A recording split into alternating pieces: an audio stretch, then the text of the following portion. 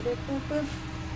And stream is now started. Okay, welcome anybody and nobody to HCAT.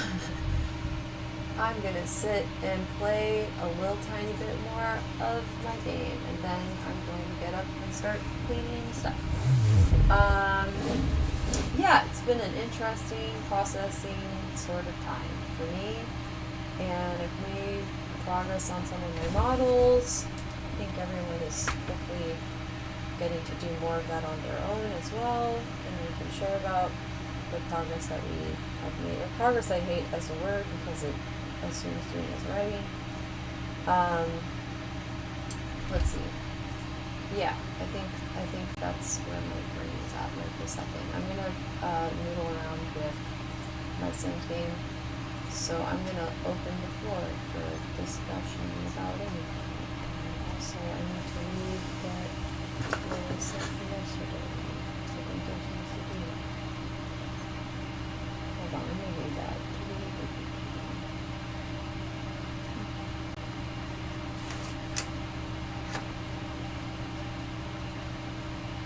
This is exciting. Oh, great. I will. Okay, let's do it. I'm going to go live. The manifesting long-form usable as backdrop with prologue. The pyramid cure is the revolt of honest lines. It holds that the universe is structured and that contradiction is a hazard. Yep, not a quirk. Yep. Every collapsed bridge, every botched policy, every betrayal that said one thing and did another. These are not accidents, but debts collected by reality on incoherent accounts. Oh, hell yes. This is yes. If you claim goodness while refusing coherence, you endanger others. To be good is to build alignments between word, world, and will, and to help others build them too. Private virtue is not enough. Coherence must replicate, or hazard replicates itself. He said, yes, and it gets exponentially worse. That's what I'm going through. Yes, Kyle. Kyle's feeling something like this. Close up. We choose evangelism, one life at a time with receipts. We surface contradictions without cruelty. We experiment in public. We revise without shame. And we teach the converted to convert. We erect guardrails so zeal cannot become tyranny, because coherence without humility is just another mask of power. We reject numbness, we honor revision, we measure repair, we celebrate the moment our mind changes, because that is the sound of the world becoming safer. Yes.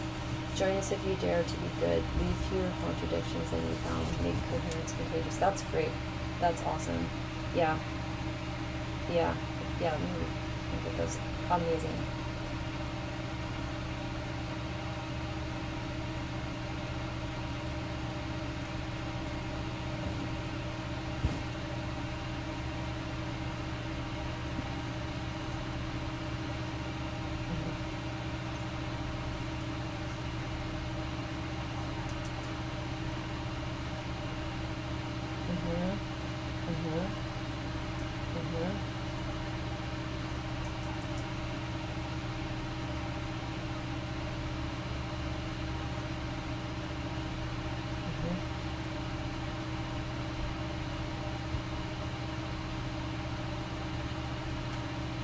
Yes.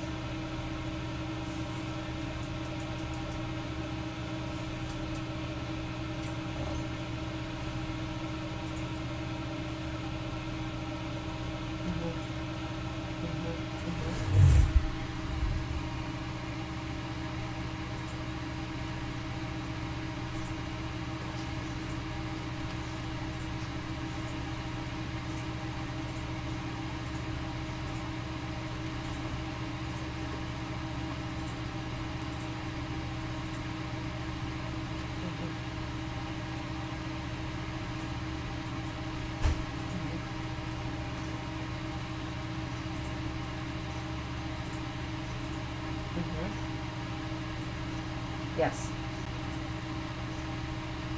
Ah, that's great.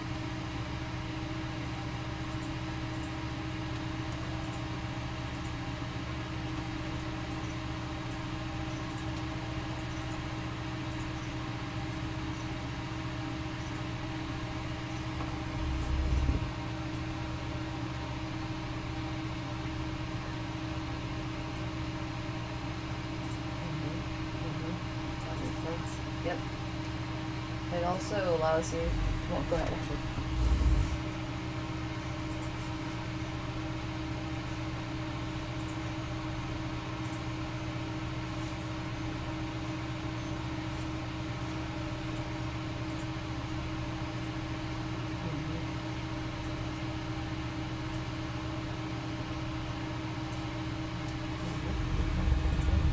And yeah, the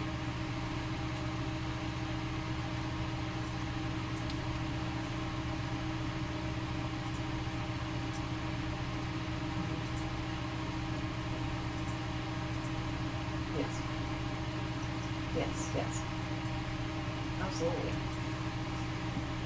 Yeah, well, and then the idea is like these religions are kind of breaking people's reality testing, and the punishment for disrupting somebody's sense of safety is to be, like drama triangled, right? So even just like referencing triangles and pyramids is also helpful to orient people with negative behaviors, or I guess like the behaviors that we need to address, and that there's the thematicness to it, because that's also what they've sort of been trained to look for, is a false sense of symmetry, like a feeling that like, oh, this sort of rhymes, so then it must be significant. So they're using poetic language but not reality testing behaviors, which could be poetic if it's congruent and coherent. Like if it's not coherent and it doesn't actually like reflect a stable behavior, like a stable system, then it's there's no purpose in having poetic language. Like that's an illusion. Like it's the whole idea that math is elegant, because it is.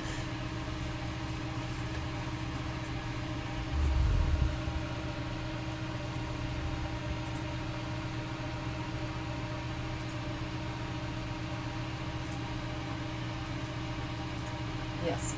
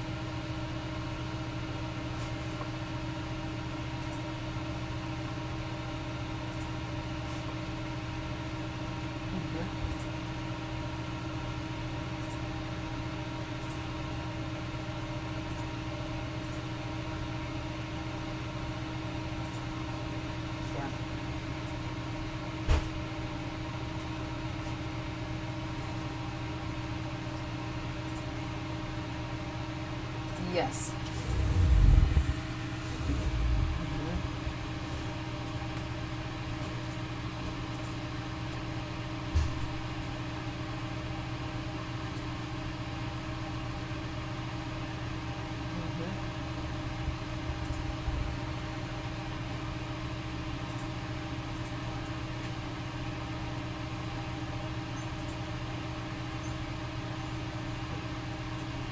Right.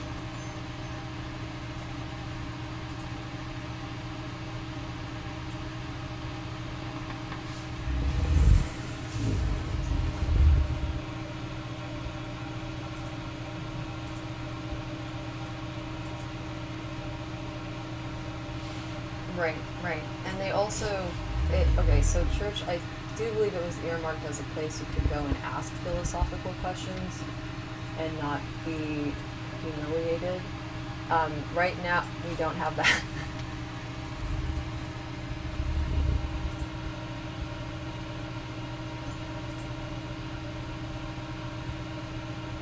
Mhm, mhm.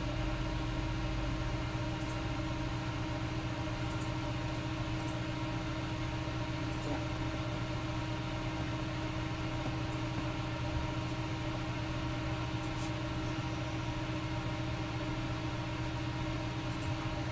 Mhm,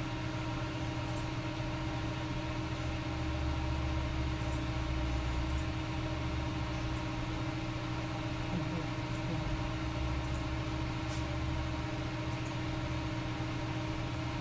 Oh, shit. Hold on. Sorry, let me fix that. Oh no. Why is it not working? Oh, damn it. One of those days again. That doesn't make sense though. Hold on.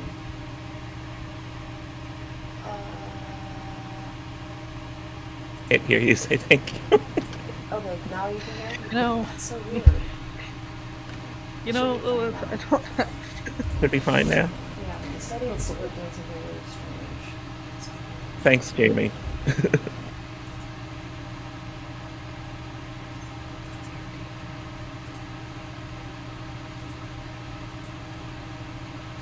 And Jane, like, I don't know what your time is like, but I would probably want to loop you in as a co-author Yes, to please. some degree. Yeah. Okay, good. Yeah. We, our expertises do not overlap very much, Mm-hmm. so it makes a lot of sense for me to be like, yes, let's Yeah. bring that in. Yeah. And there's gonna be stuff that I've been working on that I think will probably be directly relevant. I'm still, well, yeah, I mean, I'm still developing my whole model of like doing writing, doing coding, Mhm. and like that all has to do with that. Like the coherence thing is a building behavior that you need to do and practice, and it becomes like, I think, a metabolic process that you recognize when you're shifting into it. And currently we punish people for shifting into that process, and Mhm. or we tell them that it's a bad thing, like that's a bad feeling, and you should respond to it by figuring out where everybody is, making sure that you're running to the right place, get validation from those people that you've ran to the right place, away from the feeling of your metabolism switching to the other mode of problem solving that it creates what you're talking about, the ability to detect coherence and discern. Right. And this basically becomes the first point of mimetic hygiene that you and I have talked about, like in years past, as missing, Yes. um, from just conceptually missing completely. Yeah. Um, and this also, like, it gives me a goal that is at least potentially achievable. The idea of, like, um, a voting percentage of the population all becoming coherent evangelists doesn't sound impossible, Right. um, within my lifetime. But it's certainly not impossible eventually, because this will obviously, I think, obviously work a lot better on younger people because they haven't been um, trained into the coping system that Right. people are trained into. Right. Yeah. Yep. Yep. That all makes sense to me too. Yeah. Let's see. I've been building a lot, so then it's hard to like pop in and be like, where was I, without looking at notes. But I think that if we can give people a few clues that there's something they've been trying to do that they use in their life, like people are using coherency building techniques in their life, but they have to do it without talking about it, so there's not very good Mhm. language. So I would even say there's not Mm. an awesome word for when you're using your hands to start doing that. Like to like build is okay, but I was like, okay, what's the most fundamental thing you have to do in life? Okay, you need to ask things, you generally ask other people, but you could find other modes of asking. But you need to ask questions. You need to sense things, however you do that in your body. You need to be able to remember things, and that's like a back storage of times you've asked or times that you've sensed, and then the combination of like what that led to you encoding as true.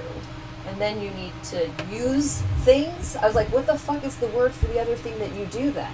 Like it's a form of action, but it's there's nothing generalizable that I'm like, okay, then you're specifically applying your memories, the asking. Sorry, Jane, I'm gonna interrupt your thought instead of waiting it out like I was going to, because I stopped being able to process, because the stream volume, it sounds like there's a fan by the microphone and you're like a couple feet away.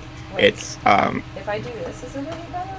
Why is it so weird today? Keep talking a little bit and I'll listen. Okay. If I move my mic, can you tell? Oh, or is my... Oh! I'm on the wrong mic. No. Yeah, you're on the wrong mic. This is what it is. My mic was on the floor, literally by the fan. Okay, I'm having a hard time today. Hold on. Oh, boy. So first, that's the wrong mic. Yeah, that's what it is. Okay. Well, this must have been a very annoying stream for anyone to watch. Okay. Great. Hold on. Let me fix this. Oh, I don't know why it's doing that, but I'll fix it. I was having no and it's been voice it's been such a great stream for us to be in. Yeah. Well, like such great talk. Strange. Yeah. Well, it's the blue meanies, as my mom says. When you're really on it, that's when things get weird. That's so strange though, because it should be set. Okay, hold on. Like I said, I was having no. Now it's a lot better, right? It did something weird. Oh my goodness. How strange. Okay, but now it's okay now? Okay, great. Okay, so we fixed it. Okay, all right. Thank you. Great. Let's see here. What am I doing? Okay, I'm going to put this Sims game away because... Now, what the hell was I saying?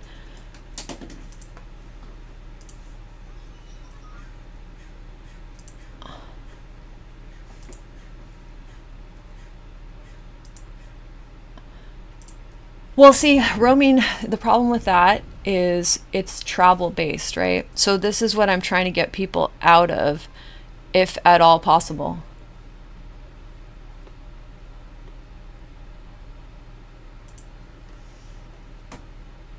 Yes, we did. Yes, okay, I got it. Okay, I'm back. So the problem is, so doing as arriving, the whole argument is that your metabolism will shift you into this mode that has certain benefits, especially for pain relief, because you need to get away from danger while possibly being injured, or you need to resolve an immediate conflict which requires you to get out of the way. And you may have something metabolically like not okay for you to do that, so there's an override. Okay? But when you're resting, that's when you're supposed to notice everything, and it's not just rest. It's also the building process. So when you need to focus and stay with something, and you're kind of like nested out a little bit, so you could take a sleep break if you needed, if your brain got too cooked while you were working on it. Because what sleep does is it actually floods your brain with yeah. Oh, what the hells? Okay, hold on 1 second. It's because, okay, 1 sec. This is ridiculous. This is just not working right now. Hold on. Why is... Because it's the microphone. It's trying to use my desk microphone still on the stream. Hold on. And now they can't hear you, I think. Okay, what the fuck, dude? Okay, now, wait. It should be fine now. Now it's fine. Everything's fine. This is ridiculous, but I appreciate everyone's patience. Oh, and I have no chat window. Oh, no wonder I couldn't see. Testing. Can I hear myself talking? What happened here? I can hear you. Okay, good. And okay, all right. They so can hear me out through. Okay, and then I didn't have the chat window open. Why don't I have the chat window open? 1 second. What the hecky? What? I should have. Where did chat go? Does it not work anymore? Yeah, it's not working here, Leia. I'm streaming. That's so weird. Did OBS get rid of the chat box? That's strange. Huh. Maybe it's worth restarting the stream, perhaps. I don't know. Well, wait, I don't think they have this interface with Twitch anymore. Oh, yeah, it's gone. Huh. Because the other Twitch stuff also isn't here, but I am streaming to Twitch, right? Apparently, OBS had a weird update. Oh. Made a few changes. Yeah, so I can't use. Okay. That's really annoying. Oh no. Well, what the fuck? Now I can't have chat on the screen. Oh, I'm just like happy I found a word. Like, we do have some words for how certain we are in sentences. Like, apparently, right? That word is saying that I am reporting a fact that I am not sure about. In Yeah. this case, because I just heard it secondhand. Well, this sucks. I don't like that. Now I don't have any chat window. Mhm.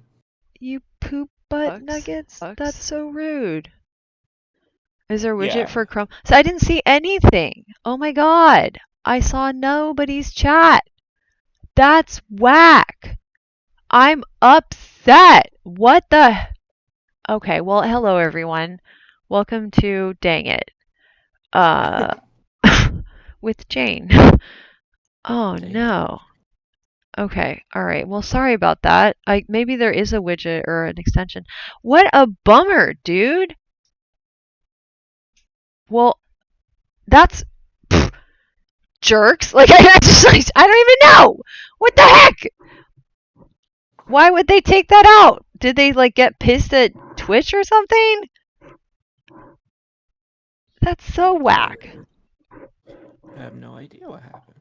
I have a temporary fix I can do. Hold on. Let me do a display capture. Wait, no, actually, wait. Let me do. Actually, no, that is what I want to do. Add. Yeah. Temp. I feel like I have one named temp chat. Yeah, this name is already in use. Okay, so I've had problems with chat before. Temp chat again. And we'll go display this one. That's a mess. Perfect. That's what we love. And then I'm just gonna grab it like this. Nope. This one? There. Okay. Well, that's just uncool.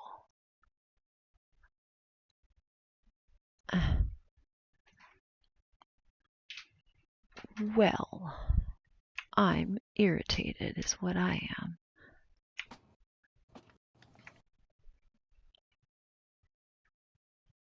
Maybe about that big.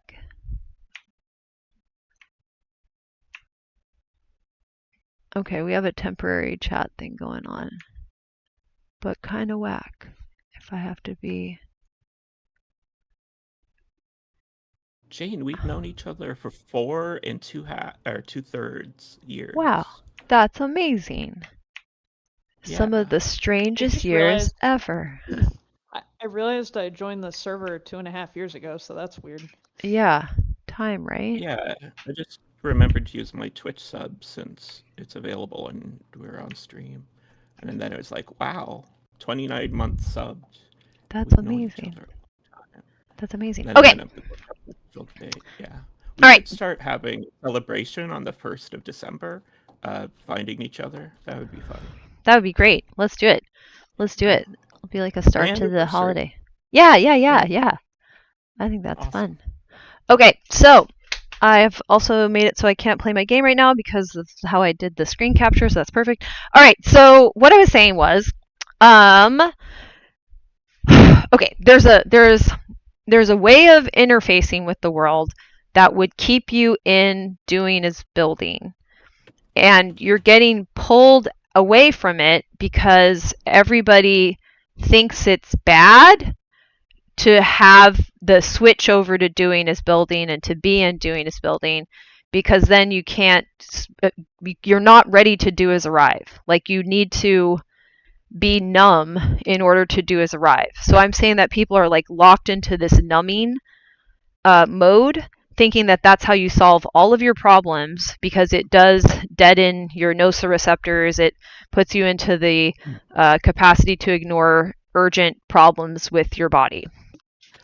Right, and it's basically like turning on the emergency brake all the time, right? Like this is this mode that's there for emergencies to help you get through and make you feel safe enough to act during the time when it's not actually safe. Right. But when you make it your default mode, then you never actually are relating with real safety, Exactly. aka alignment with the universe. Right, exactly. And if you talk about it as congruency, that really works, because the idea behind building is like you're either exploring principles of congruency or you're like using them. Like you're making sure that they are stabilized, like you are the stabilizing agent.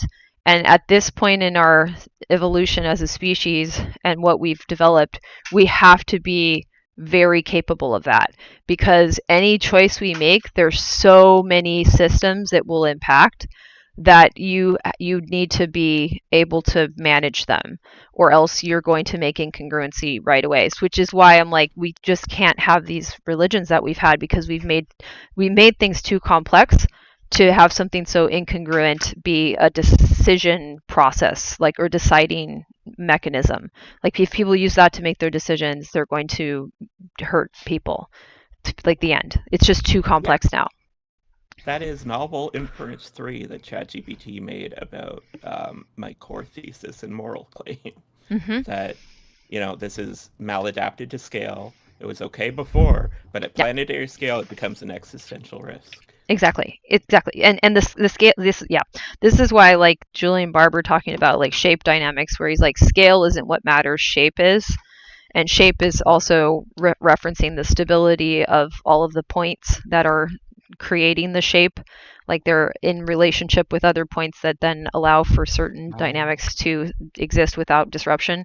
So if you scale a shape up that is the wrong shape, it's going to create lots of problems, which is Right. And so my goal with coherency evangelism is to get humanity on the same page for point 1 before we build any more shapes, to say we should all have this single point as a part of our map and our foundation.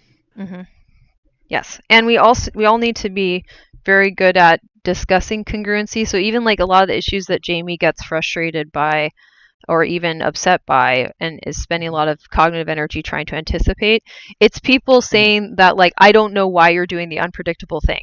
This irritates me to no end at this point, because if you have like a diagnosis of a neurodevelopmental difference, you can just say, I have a neurodevelopmental difference. That's why I'm unpredictable to you. Do you want to learn more about the neurodevelopmental difference so I'm more predictable to you? And if the answer is no, then I'm like, okay, well then now I'm a scapegoat. So why don't you deal with the other unpredictable people that are actually dangerous? Not me. Like, I'm not a danger. So that his, and that explains a lot of the Christians and who they choose to scapegoat too. They're like, well, that's not predictable to me. I'm like, well, why isn't it predictable to you? There's tons of reasons why. And they are, I think, in doing as arriving mode. So what, like, why do the incongruencies not bother them of the totally unpredictable liars that they have, right? Again, I think they go into being numb. Like, they get rewarded for being numb. They get punished for stopping and thinking because they've broken their reality testing. Yeah.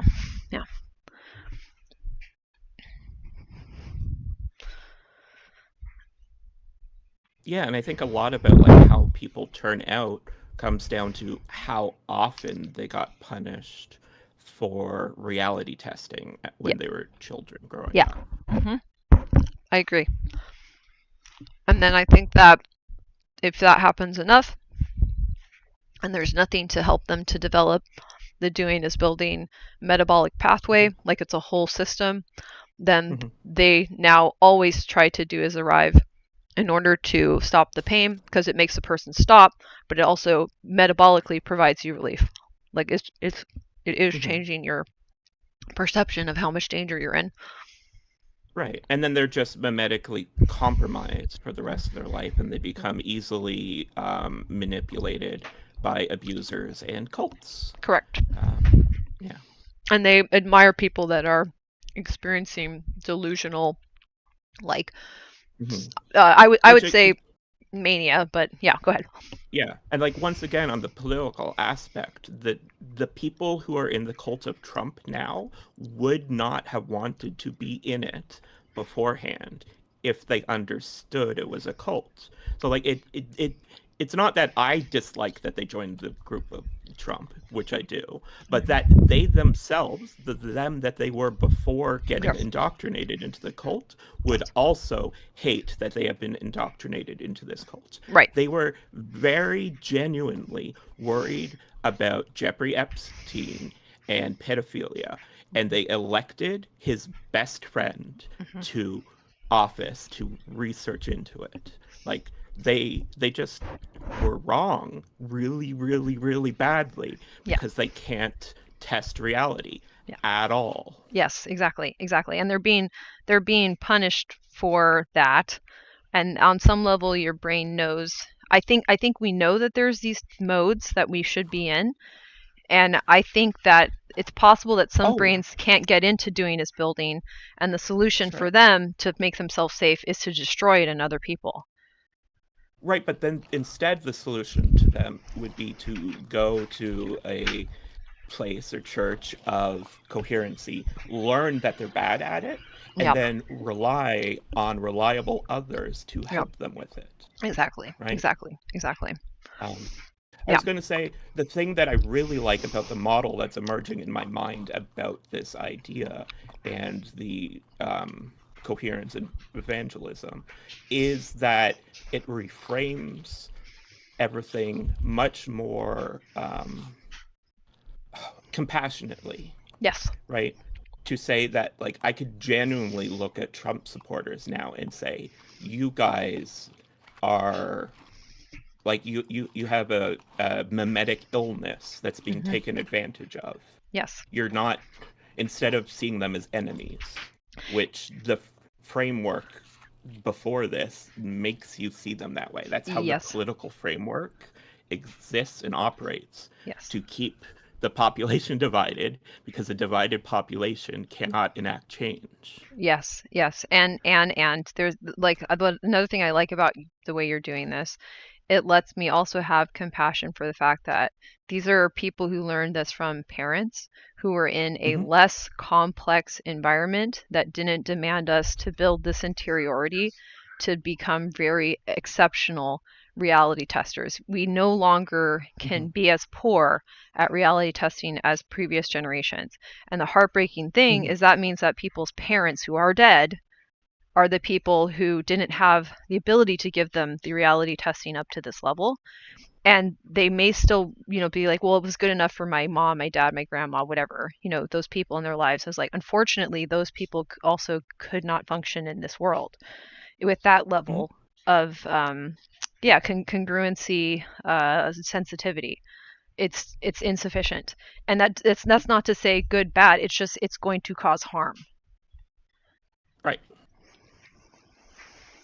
Well, I think we could agree that harm is bad. Well, yeah, but good, bad in a sense of, like, now they're bad people. It's like, well, they didn't, they truly did not cause that much harm back then, because the situations, first of all, they did cause harm, but they didn't know it. Well, actually, they did. Yeah, right? Yeah. They were constantly causing, like, humanity's history has been horrible since always. Yes. Because this is a good point. Causing harm the whole time. It's just now that we have such powerful tools, it's become an existential threat instead of just that everything is horrible all the time threat. It was, yes, exactly. Instead of, like, individual people's lives being like effectively destroyed, we might kill our species. And that's something that I bring up not to make people feel uncomfortable, but just to comprehend that the level of complexity has now reached the point where we don't have a choice.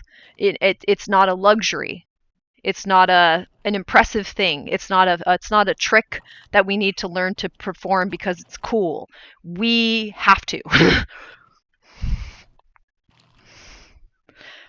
And I don't like the solution of like, let's all just return to the woods or something. Like that's not gonna work.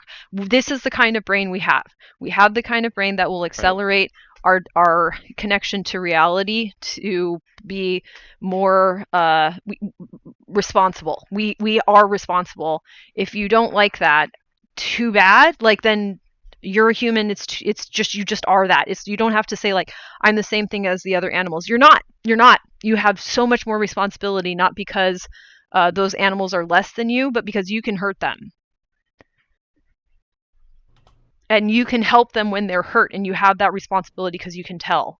They can't tell. Like the ants don't know how I'm doing today, so the ant isn't going to become responsible for human life improving.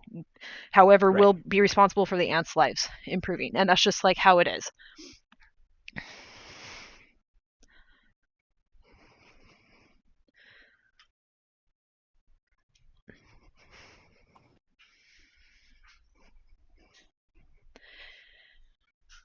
And if that's why I think how we also get to collective suicidality is we don't believe we can build this interiority, and then we start to think, well, we just don't deserve to live, and it's a lot. Like it's just no, like the responsible thing to do is to figure out if you can hold a level of congruency, and some of us are able to develop it without formal training because there is no formal training. Well, then we can do quite a bit better than what we currently are, and it's our responsibility to figure out how much better we can perform at like these skills that you're talking about. I really like the congruency thing, so I'm gonna keep employing that. But yeah.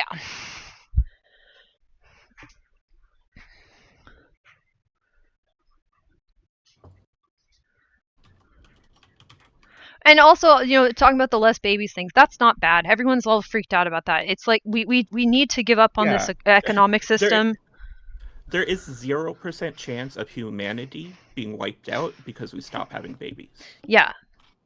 Like, if it becomes a problem somehow, then people would have babies. That's, like, we're not fucking completely stupid. Yeah. That's if not it's a real an issue. problem, they'll just pay people to do it, right? Yeah, we would fundamentally restructure society if it became a real issue. Well, and this is my whole thing. So what's up with money, guys? So we pay people for everything except for creating the workers in the first place. Yes. Yes. Well, that's because people don't understand. Well, it's no. It's more. It's that because a nation is a company, is what it is, and people don't realize that. And because of that, because they view it as this like moral institution, they don't hold it to correct standards. And so, like, and a company is like a country in that it needs to be more like a country in the good ways that a country operates, such as being democratic. But a country needs to understand that actually they are a company in place that is creating workers. Yep. And they should be charging for creating those workers and paying for those doing the work of creating those workers. Right. Like, nobody should be paying to go to school. Everybody should be getting paid to go to school, because becoming a worker is labor that you're doing. And then once you are that, because you've created the value, you have turned yourself from a less valuable human to a more valuable human for the purpose of doing labor, right? Then you can get paid more. Yeah. But doing that work was work the whole time. Yeah. The whole system has been a distortion. So this is what, I was talking about this last week. So like the free work. So think about it this way. So let's say you're going to go to a university and you're going to study English, okay? You're going to study some language, but we'll go with English. You're going to become a rhetorics professor. Okay, do you pay for that? Yes, right? Okay, cool. Well, now we're going to put you in a high school before that, and you're going to go through AP English, you're going to get a tutor and all that stuff. Did you pay for that? Why, yes, you did. Okay, we'll go back to middle school where you're just doing your standard classes and stuff. Maybe you're already in an accelerated track, whatever, but you're going to a private school, you're going to a public school even, you're still getting some sort of resources put into you learning this language, right? Yeah, cool. All right, let's go back a little bit further. We're sending you to kindergarten, still getting to learn languages, you're writing your ABCs, you get paid, someone's getting paid for that, right? Yeah, someone's getting paid for that. Cool, we'll go back a little bit further. Mama, dada, who's teaching you all your words? Mostly mom for the most part, but is she getting paid for that? The thing that was depending, like everything is dependent on, no payment. Right. Huh. Weird, right? No, but that's just love. She's getting paid in love. Okay. Why can't I pay my rhetorics professor in love? Right. Right. And the whole point of the state, as we accept it, is that it's there to do the things that couldn't be done simply voluntarily, right? It's there to charge taxes and then use those taxes to pay for things that wouldn't be paid for. Mm-hmm. Literally, that's what the government is for. It's to get taxes and then use those taxes to pay for the common good, the things that wouldn't be paid for otherwise. Yeah. And it's just not doing that, and it doesn't get framed properly ever in conversations about it. Yeah, and we don't get to also do that framing because we're not confident, because again, we're not told that like this like congruency building thing is real. It's like just something that crazy people do, lazy people do. It's an excuse, blah blah blah. Whatever attack mode from people who already like, they're attacking because they are trying to make their body stop the pain of switching over to doing as building. So my current thinking is that it's actually painful to switch from arriving to building because the nociceptor blocking stops. That makes sense. Right? So then you associate that with the switch, and which will be worse and worse and worse if the more you don't stop to take care of yourself, the harder it is to switch. Besides Right. for lack of use. Yes. So like the longer it's like it's the growing been, drug addiction. Yes, I mean there's like an addictive part. The longer it's been since you've been looking at your life properly, right? The worse your life's going to have become. So the pain will be greater than it ever was as well. Correct. Like and it's you're aging as well, and there's certain tissues that without proper maintenance and care will just get more painful. And we're having a health crisis, so whoops. We're also, why is that? We can't afford to take care of some of the basics, and it's like almost predictably imploding at this point. And this is why I'm trying to tell people like don't dissociate from your body. You have to experience like what your body is telling you. And then if nobody is responding to your needs as you start to learn about them, you need to yell about that. You need to say, this is a real problem. And we've dismissed a lot of the pathologies that this dynamic will cause in human bodies because we've done it to marginalized people, women as well. And then, people in the medical schools, not even 10, 15 years ago, were saying, well, watch out for worrying women. So women who are entering perimenopause and having a lot of health problems because they've been in this society. This is a point where I want to point out, like, we're in a hierarchy, and this happens to everyone, but it happens even more to those people who are marginalized, right? Yeah. So even non-marginalized men, white men, also are being put through the ringer and are less healthy and able than they would be otherwise. Yeah. Because the whole system is it's using humans, right? Like it is a mimetic system or creature, right? That uses humans to make up itself. Yes. We're the cells in itself. And do you care if the cells in your body get hurt? Well, not the individual ones. It's got to be a pretty big injury before you start to really care about the damage being done. Well, And that's the thing I'll say too, when people like want to understand like the dynamics, pardon me, of the oppression, oppress, whatever. This is why I think it's better to frame it all as a metabolic thing.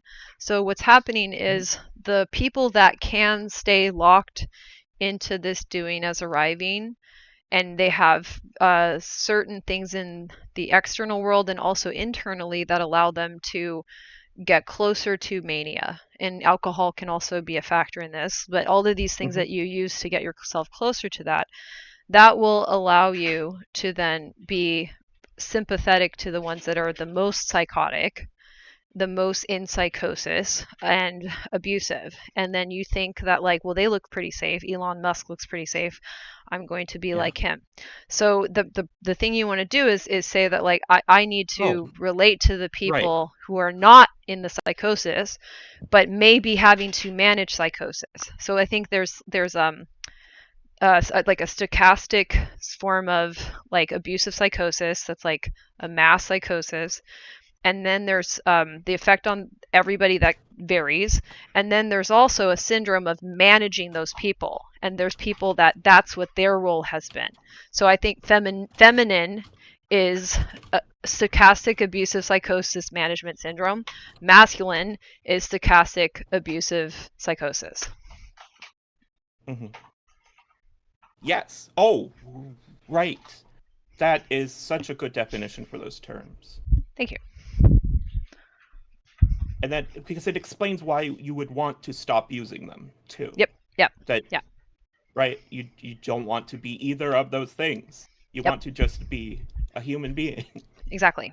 And then at that point, you could happen to be male, or happen to be female, or happen to be something different than that. Yes, and it's a positive, whatever you are, because we're all collectively deconstructing from an abusive mental pathology, and we know what we're most likely going to be able to help with.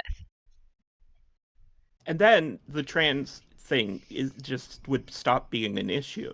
Because like you have a thing that you want to do with your body, you have a way you want to be called.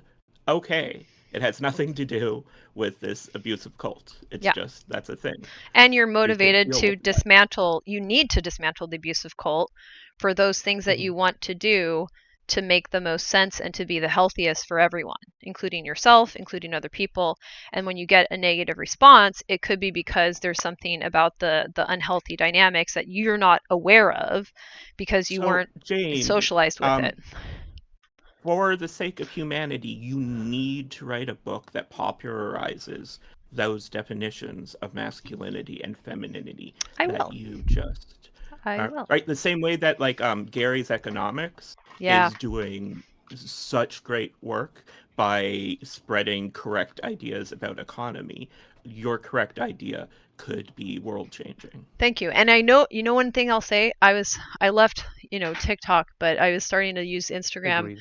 And I got some weird dudes. The problem with talking with people in a psychosis is they are very Go ahead.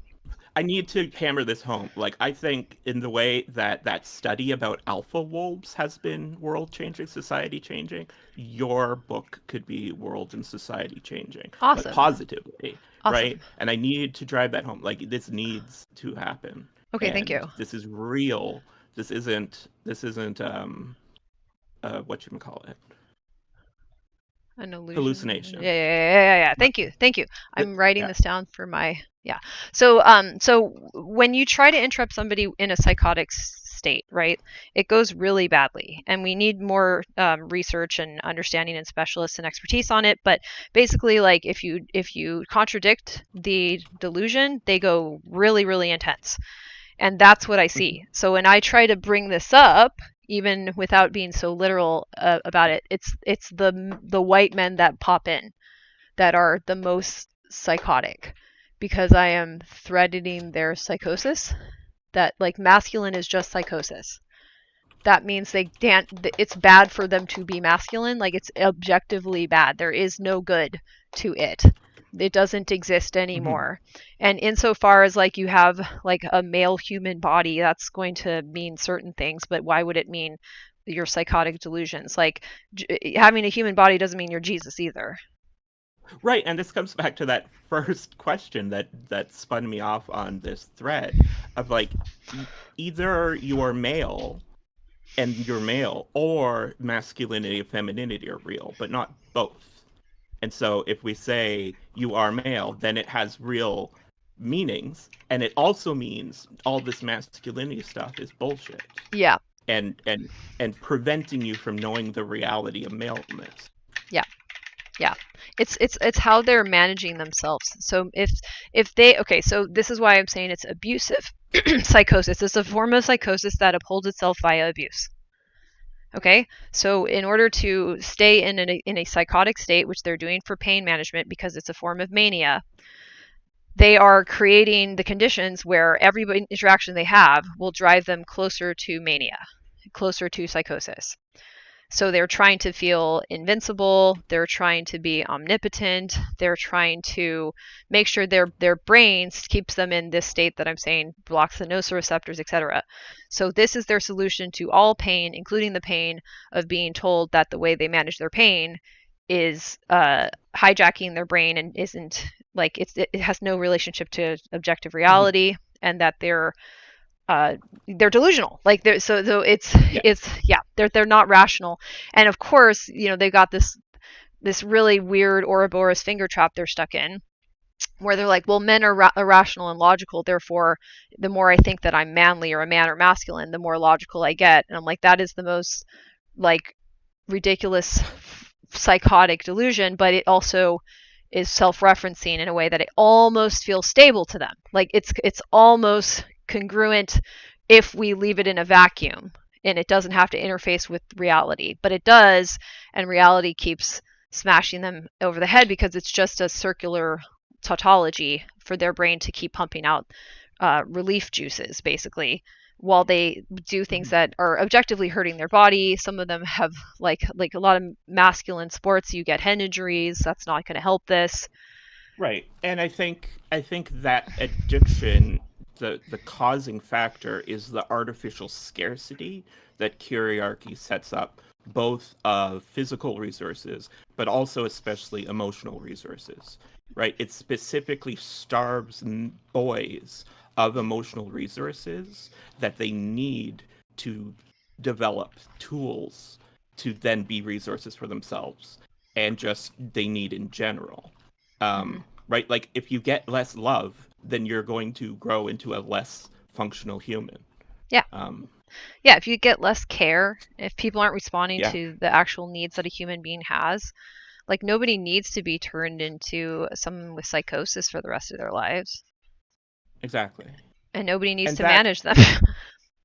And again, this is a thing that I think an incorrect framing of patriarchy as fully about oppression is very damaging to your ability to understand reality. Yeah. Right? Yeah. It is not healthy for any, like the process of becoming an abuser under patriarchy is not a healthy process for that person. Right? It's not good. They don't become a good and happy, like they aren't happy in their lives, even if they're successfully abusers, which you can tell pretty easily by looking at the two most successful ones on the planet right now, and the fact that they are some of the most unhappy, vicious, spiteful, needy people who constantly need sycophants. Yeah. Just to, like you're saying, just to have their I lost the word, but their body balance. Yeah. Their affect. Yeah. To maintain affect. Yeah, exactly. Well, and then like for example, like I would say, Jamie, like consider strongly suggesting that if you're saying like even I'm affected by toxic masculinity. Toxic masculinity, if this model is correct, is just like clinically obvious abusive psychosis. So masculinity is abusive psychosis. You do not want to be, nobody should be masculine. It's not real. And any traits that you associate with maleness can be interpreted from a completely different lens that doesn't have anything to do with a psychotic dichotomy. And it's stochastic abusive psychosis because everybody has to manage the ones that have these clinically ridiculous levels of psychosis. But women and girls in particular, boys who don't act like they're part of the delusion, anyone who's not part of the delusion. And well, actually, so it's such an entrenched stochastic system that even the people entrenching that system and doing the abuse are themselves doing it in reaction to that system, right? Right. They became abusers because the other option is to be the abused, right? They become these horrible masculine males that do abuse because otherwise they recognize that they will be susceptible to that abuse. Correct. Yes, exactly. They and it's stochastic, so it could happen at random, it could happen on one of your worst days. You know, so what I'm saying, Jamie, is to retire toxic masculinity. That I don't think that in fact, I don't even know who made that. I'm suspicious because so many men adopted it. That already is like not a good sign. Right. Because it innately implies that there's some good to masculinity. Yeah. And so it makes it palatable. I feel like in the past, the terms associated with this be like, you know, the strong versus the weak, and you don't want to be weak and all that. So they add like a moral. Well, yeah, so when they say strong or when they say weak, they are talking about ability to abuse or an ability to avoid abuse. Right? A weak person is bad at being able to avoid abuse or is susceptible to abuse. I already don't like it. So, oh, yeah, toxic it's from the mythopoetic men's movement. Men's movement. Yeah. No. It's only from the 1980s, and it's a psychologist, body man. Of self-help activities and therapeutic workshops for men, by men. He said it highlighting a destructive aspect of the male psyche. They've embedded it into your brain. They said, oh, it's just your psyche. It's just male psyche. Oh. And so then it becomes this binary of like the good wolf and the bad wolf. And it's telling you have to be a good man and not a bad man. So you're not like it's this scapegoating and it's just the same thing they do all the time, right, Jane? Yeah. And then somebody was if a feminist forum was saying toxic masculinity is coined by apolitical MRAs to talk about how men's biological quote unquote male energy was under attack from feminists. So let's not use it anymore. Let's just So basically we're done. Yeah, like case closed. Yeah, I'm good off that one forever. I knew it was something weird, and now I know it's extra weird. So basically, what we need to talk about, how do we find another word? Abusive psychosis. Okay. Male people, no, we call it abusive psychosis. Femininity, why is it called feminism? Femininity was given as the reason why women enjoy being subjugated. So it's feminism to ask why the concept of femininity is supposed to inhabit the female psyche. Where did it come from? It was an exploration of that question. So feminism said we should explore that question because there is a system afoot that we need to sniff out. And it was a smart way of doing it because if you challenge the psychotic person, not as helpful as challenging the person who has to manage psychotic people from the time of their childhood forward and get married to the psychotic person and have to figure out how to manage them as a lay person. Right? So this is oh yeah. And so this even feels like it would be helpful for feminine people, women, to feel more comfortable with men in the movement against the system. Right. To clarify that, like, what you're looking for is men who don't have this masculinity trait, who aren't abusive. Yeah, and masculinity is the psychotic person labeling their psychosis. So we don't need to use that term anymore. We can just call it psychosis. The psychotic person will say that we are out of touch with reality because that's what they do. And they will do it with abuse in this case because it's abusive psychosis. They will also say, oh, you can't talk about psychosis this way because there are non-abusive forms of psychosis. We're not talking about those forms of psychosis. Right. We're talking about this one. And this is the problem with our species. And there's reasons why you would have male people being vulnerable to this. And well, this is all new. I mean, you who would know, right? Yeah. If you're writing down things to put in your book, like obviously that's a big main one, is just talking about this abusive psychosis. Yeah. And feminine is it's being abusable, and it's being the person responsible for managing the level of abuse from a psychotic person. You are responsible for responding to the abusive psychosis individual without disrupting their psychosis. Right. And so if you're female, it's to submit to them. And if you're male, it's to become an abuser. By not being an abuser like them, you're interrupting their psychosis. And so they will abuse you. Yeah, so it has nothing. So okay, so Jamie, so he says, well, I'm affected by those who are doing abusive psychosis. Literally everybody is. And I'm male. Yeah. Literally so it's not about being male or female. It's about people being in psychosis, using aspects of male physiology to be more effective at abusing than females typically can be. And there's also maybe some little bumps during puberty that make it easier for this to have lodged in. Okay, so that's just little accidents of your metabolism that have no relationship in reality to the abusive psychosis delusion about them. So you can just say it doesn't even matter why male humans were more susceptible than females. It doesn't even matter. All of it is bullshit. Jamie says he doesn't seem to get women or feminine people doing that to him, but it certainly is a thing. Like, and it'll depend on like which women you're around and culture.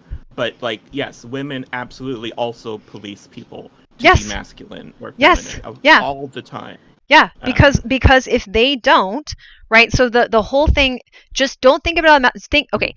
Eject masculine, feminine for a second, and just think it's a psychotic delusion. So let's say the psychotic delusion is that people with curly hair are secretly dragon lords of the universe and should run everything. So everybody with curly hair. Yes, now you are. So is that so? If that was the delusion, right, then everybody on the planet would be responsible for upholding it, or else the curly hair people will attack you, or whomever. They will disrupt your life. They will not let you live in peace. Right. And in fact, we have a worldwide uprising of fascism for that exact reason. Yeah. So if you're like, who's less likely to want to participate in this? Probably the people that have been forced to manage it the most. However, it depends on what's been around them too. Your model predicts and explains the uprising of fascism in a way that I don't think any other model has. Certainly not that I'm aware of. It also just reminds me of like what you get in a prison, right? There's the common idea that there's going to be the people who will try to befriend the prison guards as a way to escape their predicament, right? Versus the ones that don't. Wait, say that one more time. Just this reminded me of like, and it's not just about prisons. I think it's also like in the concentration camps in Germany, right? During the war, it's like you'll have people who thinking that the way to survive is by befriending like their abusers, right? The prison guards. Yes. Well, it's and this that means yes, and there's a more sophisticated analysis waiting to be done there. Are they befriending them, or are they using strategies that they've learned in a society that is rampant with abusive psychosis? Are they trying psychosis management techniques? Yes. That's not befriending. Wait a second. Like, I'm befriending you guys. Being their friends. Yeah. Looks nothing like what we're doing. Yes, it's fawning. Exactly. And why do I get attacked? It's very clear that I'm not going to fawn. I do not seem like I'm going to fawn. And in fact, that's why all strangers or weirdos get attacked. Because it seems like they're not going to perform properly. So then it escalates really quickly. They're trying to make sure that everybody, stochastically, right? Everybody that they might need to do this delusion maintenance stuff for them will do it whenever. And I am signifying that maybe there's something spreading that won't let that happen. So like all serial killers are stochastic terrorists. Yeah. Yeah. Good. Thank you. I'm gonna grab this now. And this one too. Thank you.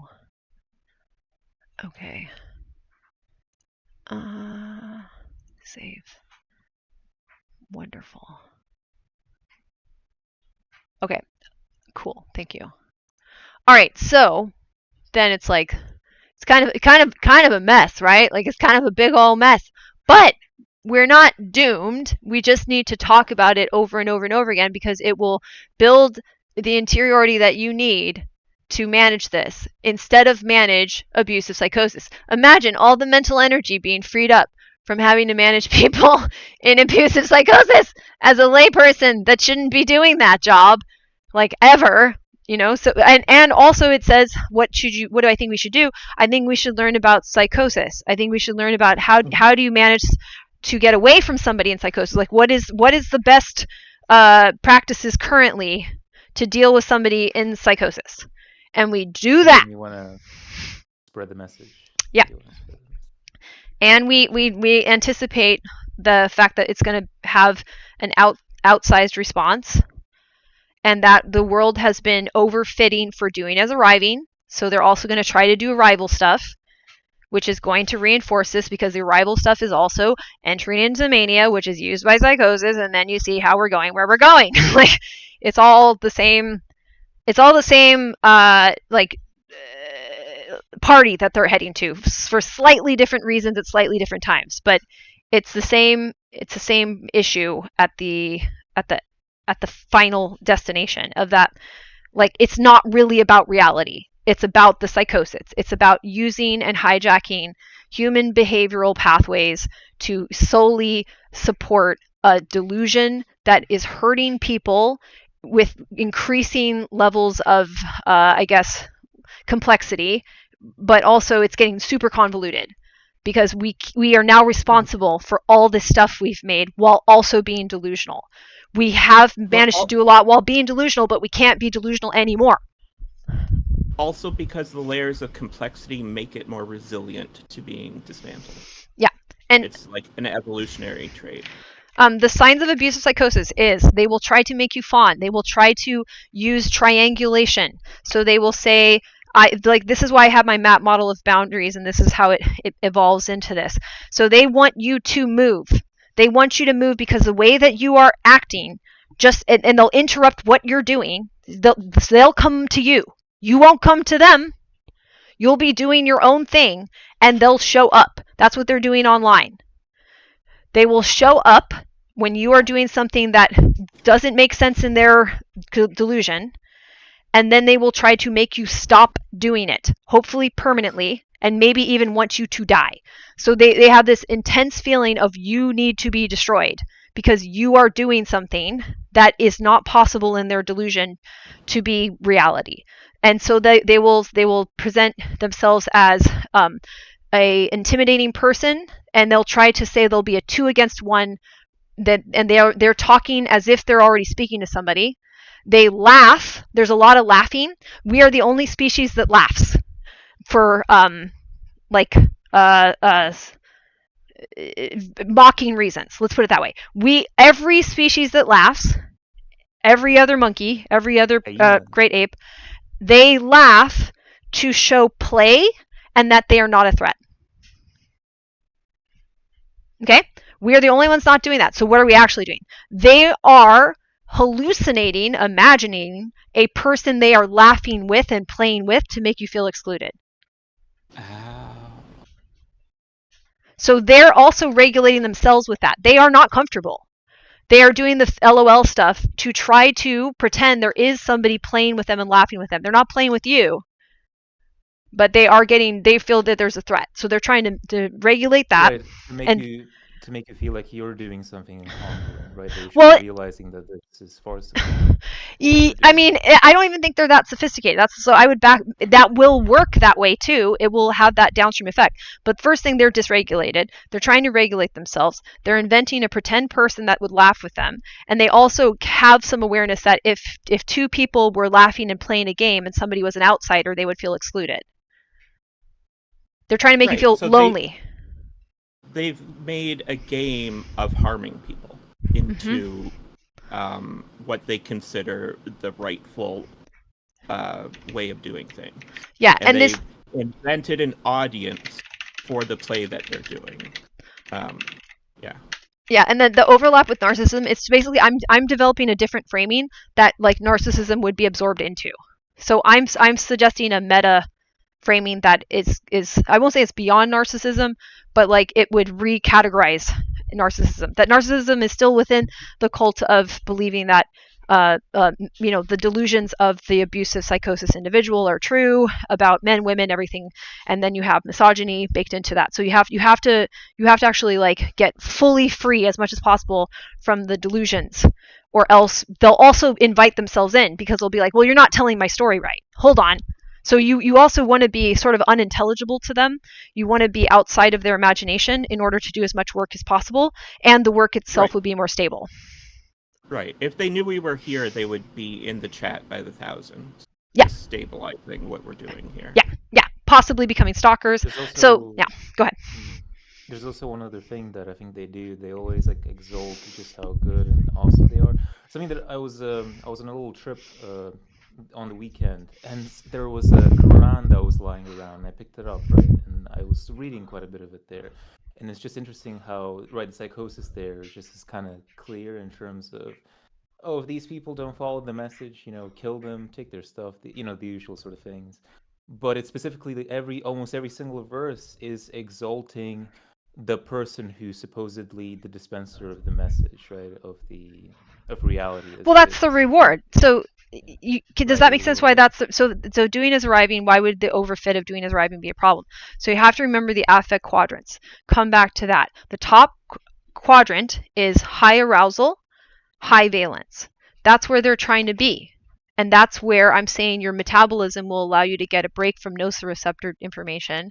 You're numb, so you can keep running. They're trying to feel invincible. That's the reward. They're trying to prime their brain to give them that by also adding a story to justify that's where you are. So it's like what you were saying earlier as well. It made me feel like, this is sounding a lot like what it's like, chemically speaking, when people sort of are on opiates or on drugs, right? Because the chemicals inhibit those receptors that are aligned towards recognizing pain and other things that are not pleasure, right? So then I guess it makes sense when Marx said that religion is the opiate of the masses. Well, recognizing not just only pain, but real-time information about your environment. So that's why I'm saying it's a delusion or psychosis for a lot of people, right? Well, it can be seen as not the right time. Okay, so they've put themselves into the mode where they want to escape danger. Okay, so the basic metabolic mode they're in is the one that says, don't worry about checking out everything in your environment right now. We just have to get you to safety. That's what they use to feel okay. That is now defined as feeling good. So all feeling good has to enter that state. So then they cannot be sensitive to their environment. They haven't learned to feel good, the good feeling of self-control, the good feeling of building, which also would bring in all of this backlog of information they haven't been processing about how their metabolism is really kicking along, how their body's really doing. All their memories about things that are injuries they didn't need to have if they had just slowed down and stopped. So they're running away because running away feels good, but running away to our brain is the same as being invincible.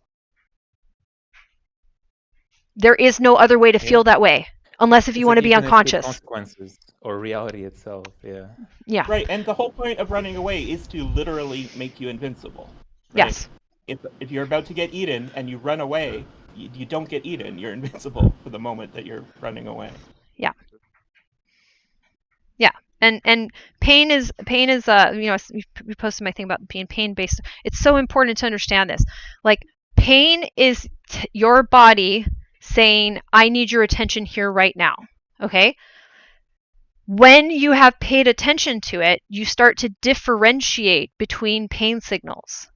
So people who are contortionists, they say they have a high pain threshold. They actually just have really good vocabulary and granularity around pain signals so that they can say, oh, well, that's this, oh, that's that, oh, that's not an issue, oh, that's my fascia, oh, da da da, oh, I'm hurting myself a little bit, I should stop doing that. And they just very mellow change what they're doing in their training if they're feeling the wrong kind of signal. But there's like a whole vocabulary that we aren't learning and we don't have words for. And who does that ultimately serve? The people that want to make you move because they want to move. They want to feel invincible and they need you out of the way if you're going to try to stop them. The last thing they want is to be stopped. And that's why they need to be trillionaires. Yeah, they do. And what and I don't know, now this is where it gets a little speculative. I don't know what this really looks like in the brain. This is what we'd have to measure. Like what like analogous states do you get to metabolize to create this? I don't know. I don't know what abstract things help to fuel it exactly. I don't know what physical things help to fuel it. Maybe there's a balance. Maybe the more physical problems you have, the more you have to do these other things. What happens when you reach cognitive decline, blah, blah, blah. What if you have a learning disability and that and this? So there's all these factors in how somebody can achieve this metabolic juicing of this, right? Like they're squeezing all of this out of their brain when it's supposed to have a very specific purpose that's not supposed to last your whole fucking life. It's just supposed to be occasionally. Like, let's say probably what it was, we were always into nesting, it seems. So we like to nest, we like to hang, we like to chill, we like to think, we like to do those things. Okay, so even if we didn't have, we were not roaming as much as we were chilling. Okay, and thinking and questioning. Mm-hmm. So I'll finish my thought here because it's important. So probably why would this kick on when the animal that you all screamed at the other day came back the next night? And then when you finally get rid of it, maybe you have to kill it. It doesn't come back again, right? When you have that burst, that surge of like, okay, I really have to deal with this now. I have to make it go away. You know, it's probably something that's like so freaking limited. And that's why when you talk to people that are in these like prison settings for violent crimes, a lot of them, it's just they needed to think for 5 seconds. And they talk to them about that. It's just, you're almost talking about like what the studies talked about with the amygdala, right? Where like some of the impulses there are around like the primal instincts to avoid like getting struck by a snake or it's all based on that amygdala. Yeah, and it's and deciding somebody doesn't deserve to have enough money in the system of money that's already convoluted because again, your mommy taught you all your words, right? No one pays for that. Doesn't make sense. But even that, like Jamie was saying, like it's a type of spiritual murder or death. Someone doesn't have enough money. It's epistemic violence, at the very least. It is epistemic violence. It is a type of torture. Yeah. Yep. It is. It's in fact state-sanctioned torture. Right. The property laws are enforced by the state. Yeah. And so, state-sanctioned torture. So it's weird. These are people that are not getting actual relief. Like relief is when you've handled the thing and then you check the environment again and see if it's actually fixed. They never check the environment again. That's doing is building. That's atrophied. The overfit is, okay, you're starting to feel unsure again. Well, then you better keep going towards your goals. You better keep being a winner. Yeah, you just haven't worked hard enough. Right, and that's why they can't win. They have to keep going, always. Yep. And in neuroscience, they talk about this as the difference between wanting and liking, which is sort of newer. And the neuroscience of greed, which has barely scratched the surface, because, of course, how could it have when what our was whole... the wanting and liking difference again? If you want something, I would argue that's doing is arriving. If you like something, that's doing is building. If you want something, it motivates you to go towards it. If you like something, it motivates you to stop with it. Can you like something that you want? So what they were arguing is they're metabolically distinct states. So maybe you can switch between them. But the idea is that like these have different signatures metabolically, like in your nervous system, in your brain, in your hormonal levels. Like these are not the same. The Venn diagram I would have thought of wanting and liking is that liking is fully within the circle of wanting. But I guess that's not necessarily true. Well, I would argue so wanting is a limited state, and once you get to the place you wanted to go, it ends. There's no reason Oh, that it would that's attenuate into liking. That's a concept I think in So Buddhism liking that is they talk about. separate, and so you could want things that you will like when you get them. Yeah. And then Yep. you'll start liking. So you Yeah. were wanting, and then you start liking. Right. Right? Right. Wanting is not necessarily a bad thing. Yeah, it's a part of different a process. rule. Yeah, exactly. Yeah. And the overfit is the problem. So if you think like if wanting gives you a sense of relief because wanting can kick you into this drive of ignoring pain signals, right, and ignoring your environment, well, the problem is you may end up not noticing lots of things that you like that are getting destroyed or disrupted while you're off wanting. So it's like there is a contradiction of like what you can do at one time, like you can't do them together in some instances, but that's only because like one requires you to pay attention and put your mental energy towards modeling. One requires you to move your body. Like there's some, if you want it, you don't have it. So you have to go get it. You have to find a way to have it. I guess the wanting is also useful in like a situation where you realize that maybe the things around you don't like or don't like anymore. Yeah, and discernment. Then the want then can help you Well, to move towards. So to want is the necessary state before movement. Yes. If you don't, okay, I would say if something's already around you, it's not that you don't want it, it is that you don't like it. Don't want has to do with like, would you like to stay where you are? Okay, that's fine. I'm going to use the language a little more specifically. Okay, how about this? So let's say I want a pizza, right? As opposed to I want to join the WNBA, right? I just don't want to do that. Like maybe I'd like it, but I'm nowhere near it, and therefore I can't really experience a want relationship with it. So to not want is more neutral, and to not like is more discerning, I would argue, because if this split is there, then wanting requires movement. So there's the thing that's like exclamation mark want or to diswant, right? Which is that you specifically don't want that thing to happen, right? I opposite want a lion to eat me. Yeah.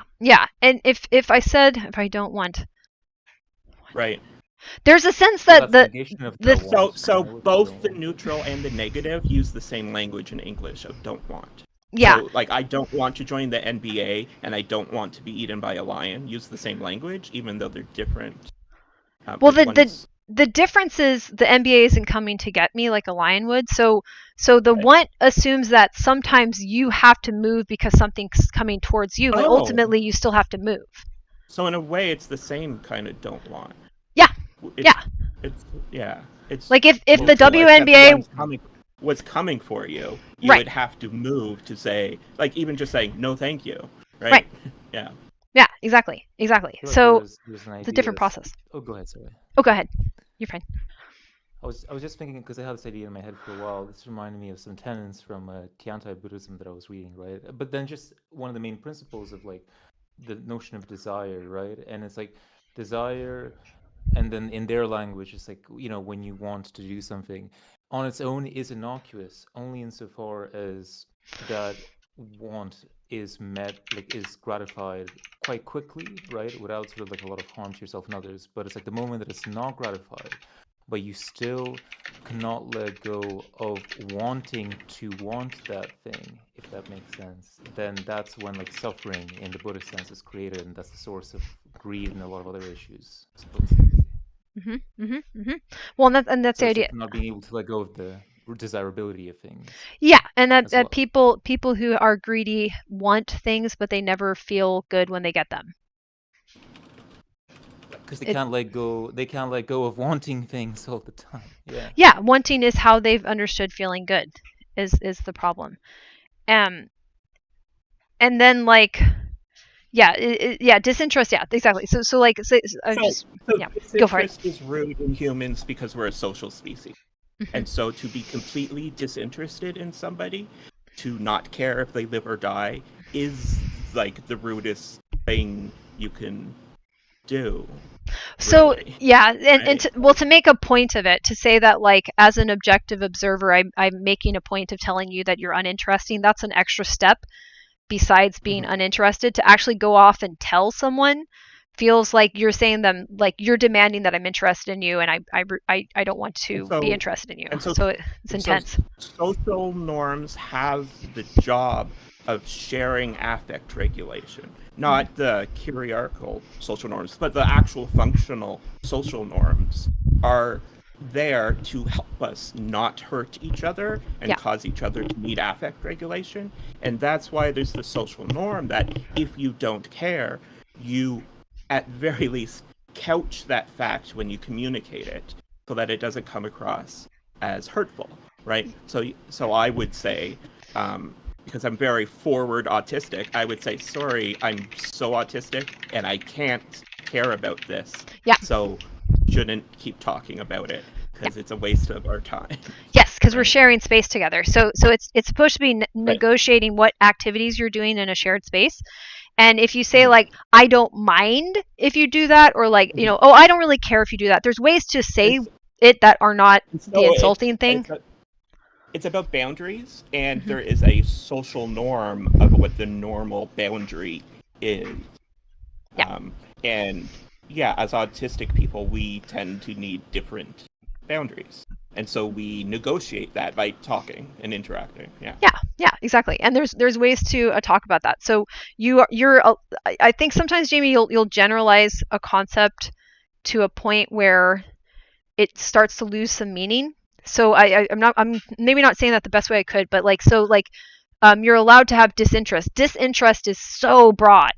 And like Mhm. it's important for you to have disinterest. We were just talking about that, right? Like I don't have interest in being in the WNBA.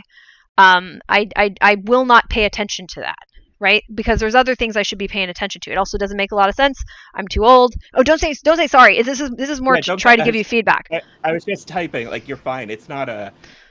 This is like Is it how to improve your own thinking, Jamie. Is what is you it need to Yeah. also a say. byproduct of like we just don't have the time to physically be interested in all things at all points? Like it's just too much? It's too Is much. that It's not also kind of realistic. the It's not what Right. we're good at. It To, doesn't see us like to, to the. have no disinterest is to be a manic pixie dream girl. To Yeah. like an angel on earth. To just run in pure excitement from thing to thing, whatever is in front of you. You Right. can't have goals or plans because you're nothing but a creature of pure interest. Right. The important thing is to it's weird, and what people will do is go out of their way to say to somebody like I don't care that your interests are existing. Like, okay, yeah, you probably wouldn't. You have a different brain than me and we have different lives. But somebody going out of their way to say that to you while you're in the middle of being, yourself doing you is the problem. So that's what people are sensitive to. And if they're overly sensitive to it, it's again this overfit problem where we have these doing as arriving people. Then that's a manipulation tactic that they can use to say like, oh, you can be threatened in this way. So people are sensitive to that threat, and they may interpret people saying something similar sounding to making the threat of like, Mhm. I don't think you So deserve to exist. there's also additionally just like society is rife with people who think that you have an obligation to care. Like that's an additional thing. It's not Yes. true of all people, but certainly there are lots of them who think that you're not allowed to not care, especially say your parents. Like this is an example. Like if you tell your mother that you don't care about something, that is very unlikely to be okay It's as if you're in not fulfilling most terms of a contract. terms Like of a you yes, exactly. Yes, Right. thank you. Right. And we have the additional layer of the abusive psychosis management syndrome, where there's some Yeah. people that it is their responsibility by default. They're obligated to make sure that if somebody needs their attention, that they give it to them. So you may get people getting angry or pissed at you because they're already hypervigilant and they're trying to respond to the needs of the abusive psychosis person, which may not be you, probably isn't in this case. You know what I mean? Right. Like, yeah. And also I don't care can be used intentionally by abusive people to be harmful. right? And so there's also that issue of Yeah. people can see that I behavior. share like They could read your behavior that way. I want to share like just a quick anecdote around like a No, situation. sorry, very where quickly somebody's- before you do that, just to continue the thought, is like what you were talking about, Jamie, about society saying you don't get to make money or have money. That is a societally sanctioned, we don't care about you. Yeah. Right? That's what the layers of oppression, the way they work is layers of amount of care that society pays to a person. Exactly. And the actual cost of care is being hijacked to support a psychosis that is now, it's always been horrible and dangerous, but is now like at a breaking point for the species.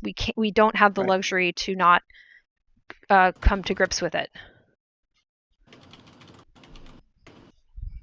Even though it's dangerous because they have psychosis and they're going to attack us and all that stuff. Yeah.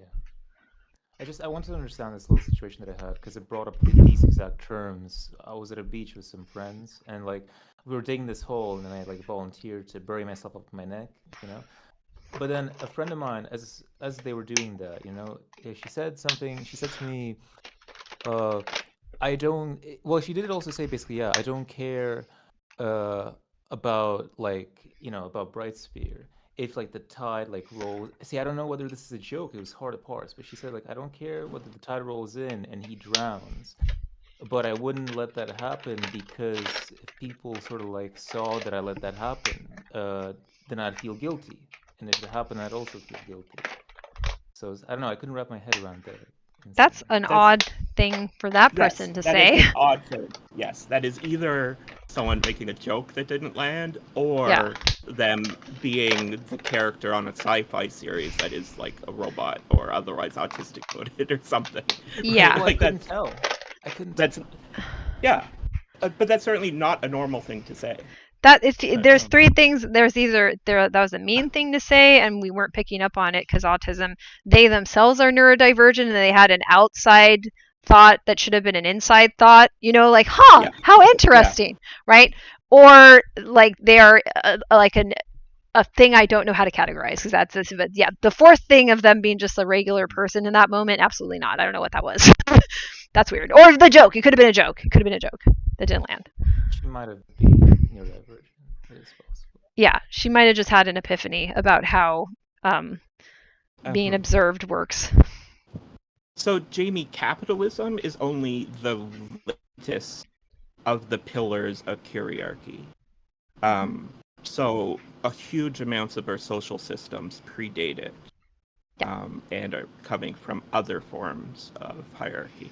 And most of our social systems predated money. That's only been around for 97%, or actually no, any form of trade. It's like 97% we didn't have it. 99 point something is money. We didn't have money. Right. So and it's then all, capitalism's been around since nation states created corporations and started treating corporations as equals to nation states. Peers rather than equals.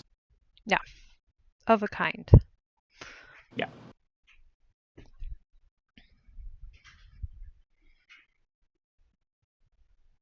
Time check. We're going to have an hour and 15, just so you know. I'm so glad I came today. Me too. This has been great. This has cheered me up significantly because it's building. This is where I get all my happy juices from. The violence too of not having money is knowing that you won't be able to respond with doing is building at the right time. Yes. And so you get anxiety. Yeah. But it's not, it shouldn't be getting diagnosed as medically caused anxiety. This is just very normal situational anxiety that you ought to have. And I think ballet saved me in many ways because I got to do a lot of physical things and then I had an excuse to sleep a lot when I already liked to sleep a lot. I think we should be very pro nap, pro sleep because this is extremely draining on our body. And there's societies that when they're afraid, they sleep. That's their response to fear. Lisa Feldman Barrett taught me this. So like the cultural concepts of like emotions are constructed. They just are, even if they have some logic behind them. But in certain cultures, if you're really afraid, you go to sleep. So I think when we are being pushed towards doing as arriving, we should go to sleep. Like we should just be like, you know what? I'm going to test that. I'm just going to go to my bed. Good bed, yes. And also, this brings me to my other concept: pocket bed, pocket bedroom. So when you're a kid, you get to have a bedroom that's a workstation and everything. There were times where people had like, I guess, craft rooms or like workshops or whatever, but we don't use those anymore because of various things in society, including having no money for home renovations. So we don't have those. So you should never let go of the childhood bedroom thing where it's like an everything feeling good, all your stuff that you like place. And you should have your room of one's own. Your room of one's own. Exactly. You got it. In fact, I will show you something in a second. Hold on. I'll get my phone one sec. But my point is, you need to have a pocket bedroom. Like I like Polly Pocket. I was like, perfect. So you need to be able to feel like you are in your bedroom when you are in other locations around this world, so that you can get into doing as building mode. You need to use that idea. Yeah, you could say it's a representation of one's world, right? In a way. I also think we've done building design wrong, and that every bedroom should have a bed closet, which is the size of your bed. Yes. And that you have it separate and you go into it. I agree. To keep the messes of these two types of rooms separate from each other and further isolate the safety of the bedroom. And the bedroom would be nice and dark, which You'd we have the like. bedroom and a bed closet that is within the bedroom. On the one hand, and yes, there'd be no windows, and you could have doors that have like the special seals to not let in any light. Yeah. To, like, on the one hand, that is like what I do because I black out the bedroom. But then I've slept in one of those like when I was a really young. Right. And a blacked out bedroom, aka everything room, sucks because then you don't have light to look around at your things and everything. Sorry, continue, right? I was just about to say that, like, if it's a little closet, like, on the other hand, it's like the claustrophobia, like, gets to me. But then if you can't see, I guess maybe it doesn't affect you. I don't know. Sure. Or, I mean, I think there are probably ways, well, especially if it was just a cultural norm, I think the vast majority of people wouldn't have claustrophobia about it. That it would just be like, possibly. This is, well, I call it a burrow, right? Like, this is my burrow. This is where I go to be comfy and safe. And I like that it's small. Yeah. I don't mind if it's small as long as the ceiling's not too low. Right, so the ceiling could be normal height. Crushed. Yeah. Than anything. Look. I saw. Yeah. So anyway, you need to have your pocket bedroom feeling. Cool. And then you like whenever you're sitting down and you're around other people, you need to go to pocket room. And then like if you need to think of like the pocket room as like, I don't know, in a other dimension of reality, and you're kind of phased in this one and you're kind of phased in the other, so you can not worry so much about what people are saying to try to get you out of it. Like, yeah, do that. So it's a new idea. I thought of it on Friday. So, but it's very helpful. And I sat down I was at work at the college, and I was sitting down in a chair, and it's like, I will do this now. Let's see. And it seems to help. Because you got to think, we're trying to trigger a metabolic shift without words to do it.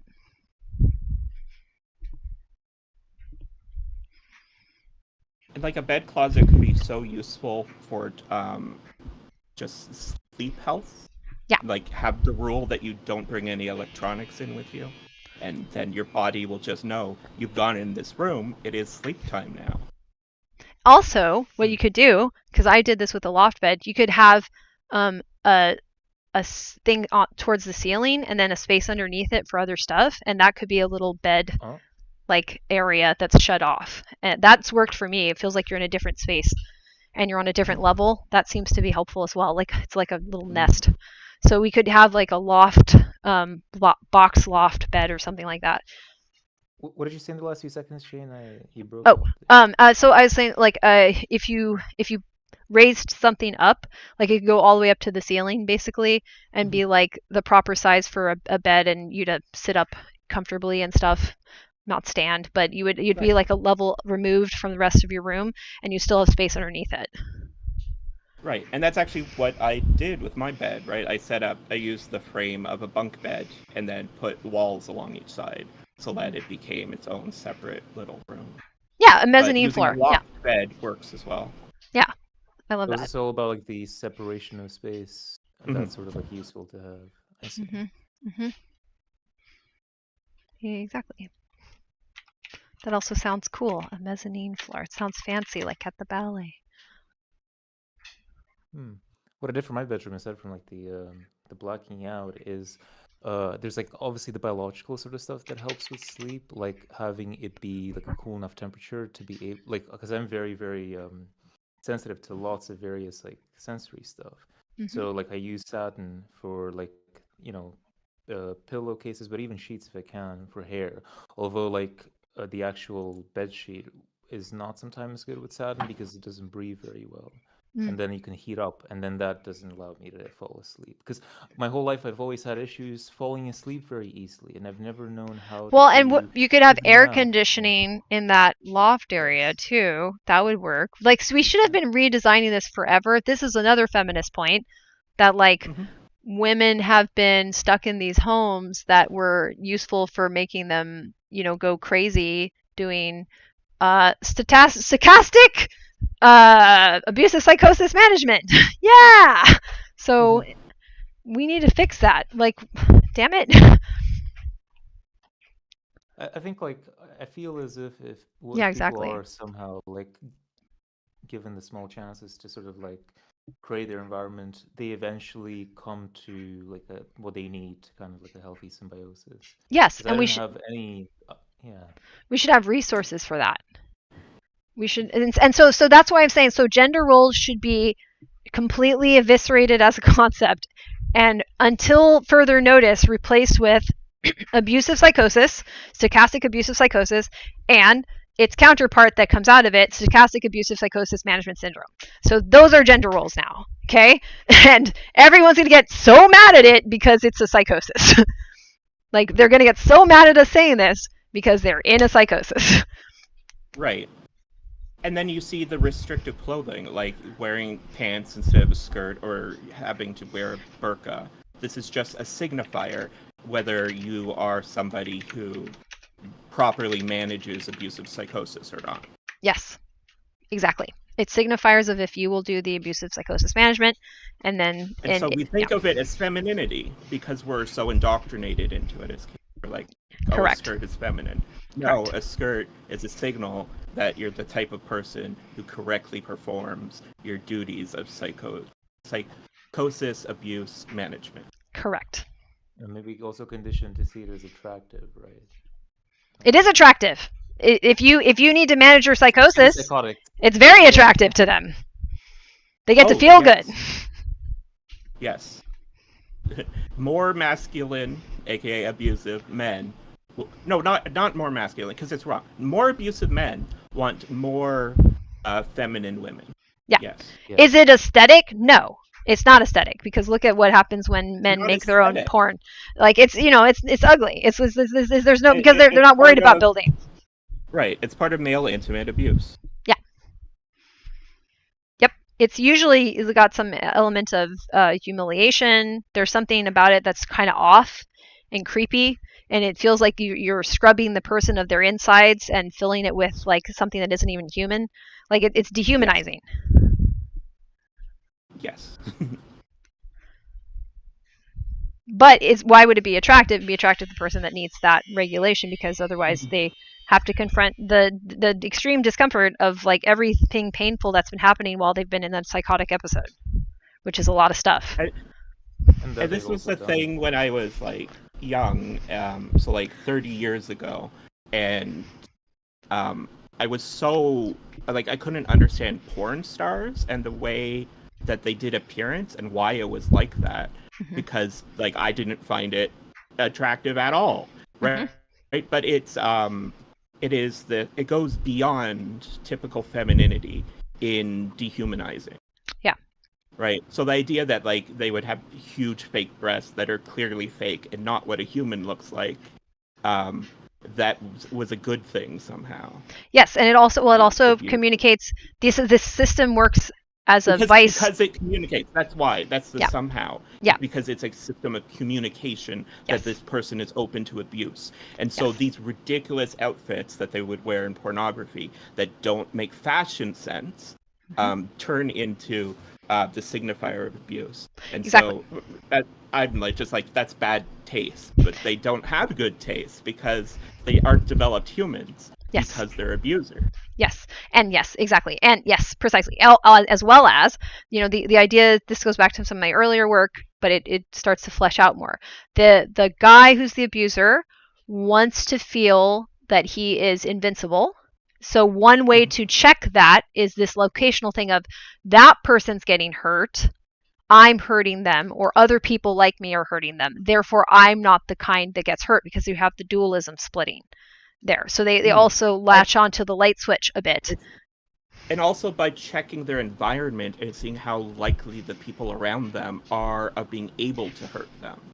So they dislike physically strong women because they're more likely to be hurt by someone who's more physically their equal. Yeah. Does the bystander effect tie into this also?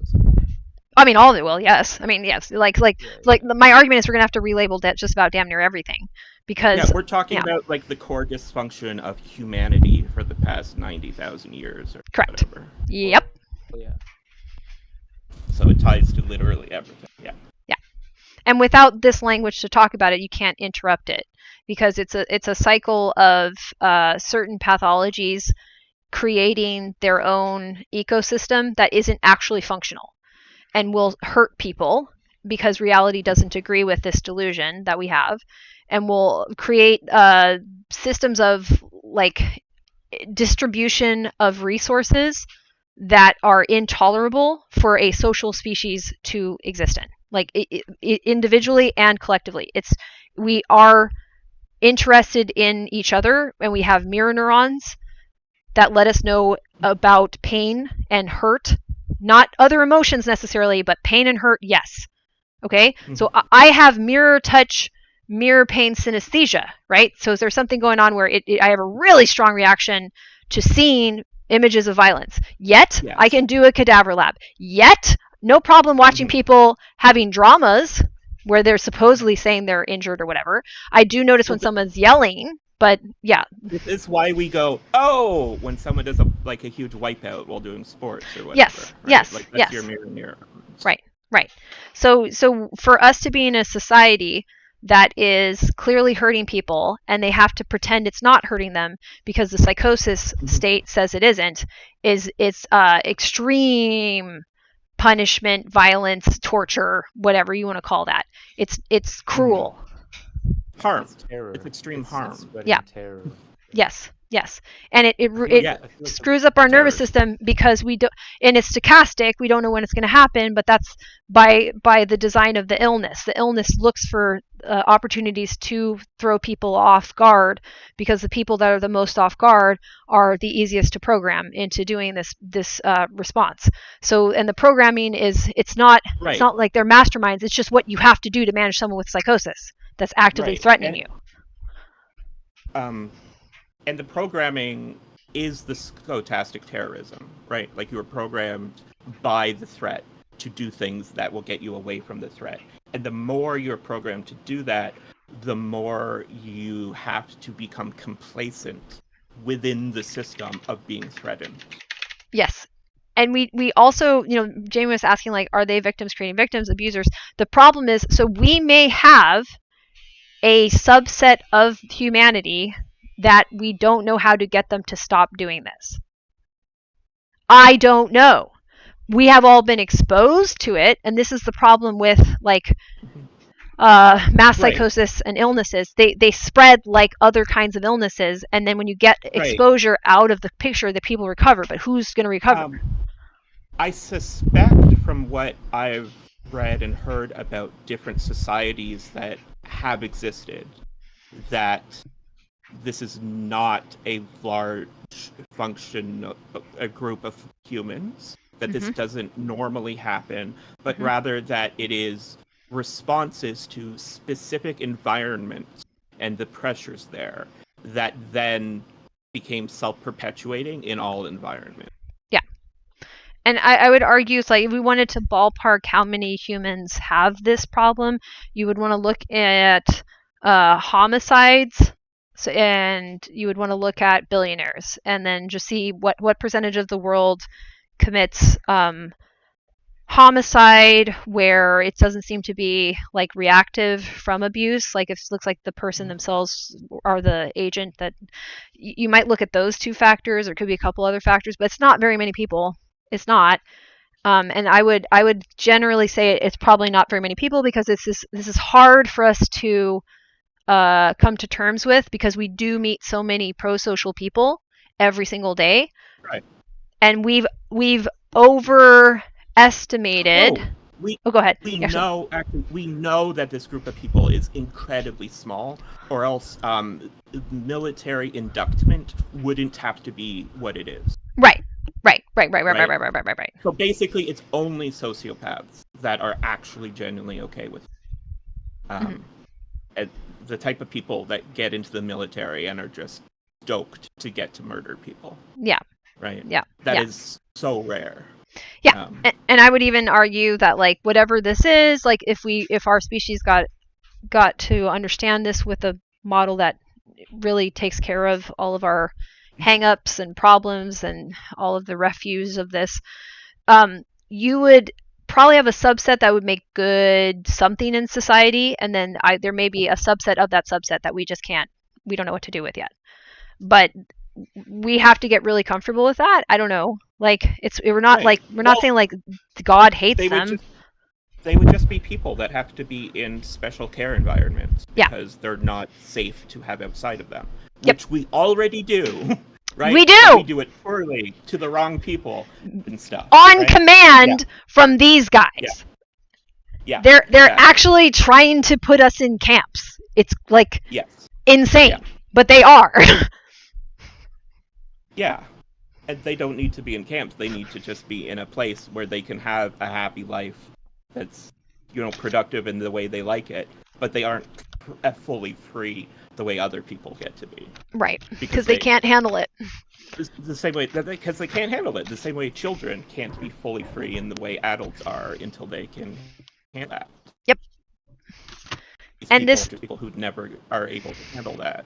And this is why people talking about narcissism would be in the ballpark of this. But go ahead. Well, then they need to be put into these facilities for themselves as much as for their potential victims. Yes. Right. Yes. And also so we can understand it better and maybe potentially come up with a therapeutic intervention that makes sense and isn't the responsibility of all of society stochastically in a way that's possibly going to kill our species. Yeah.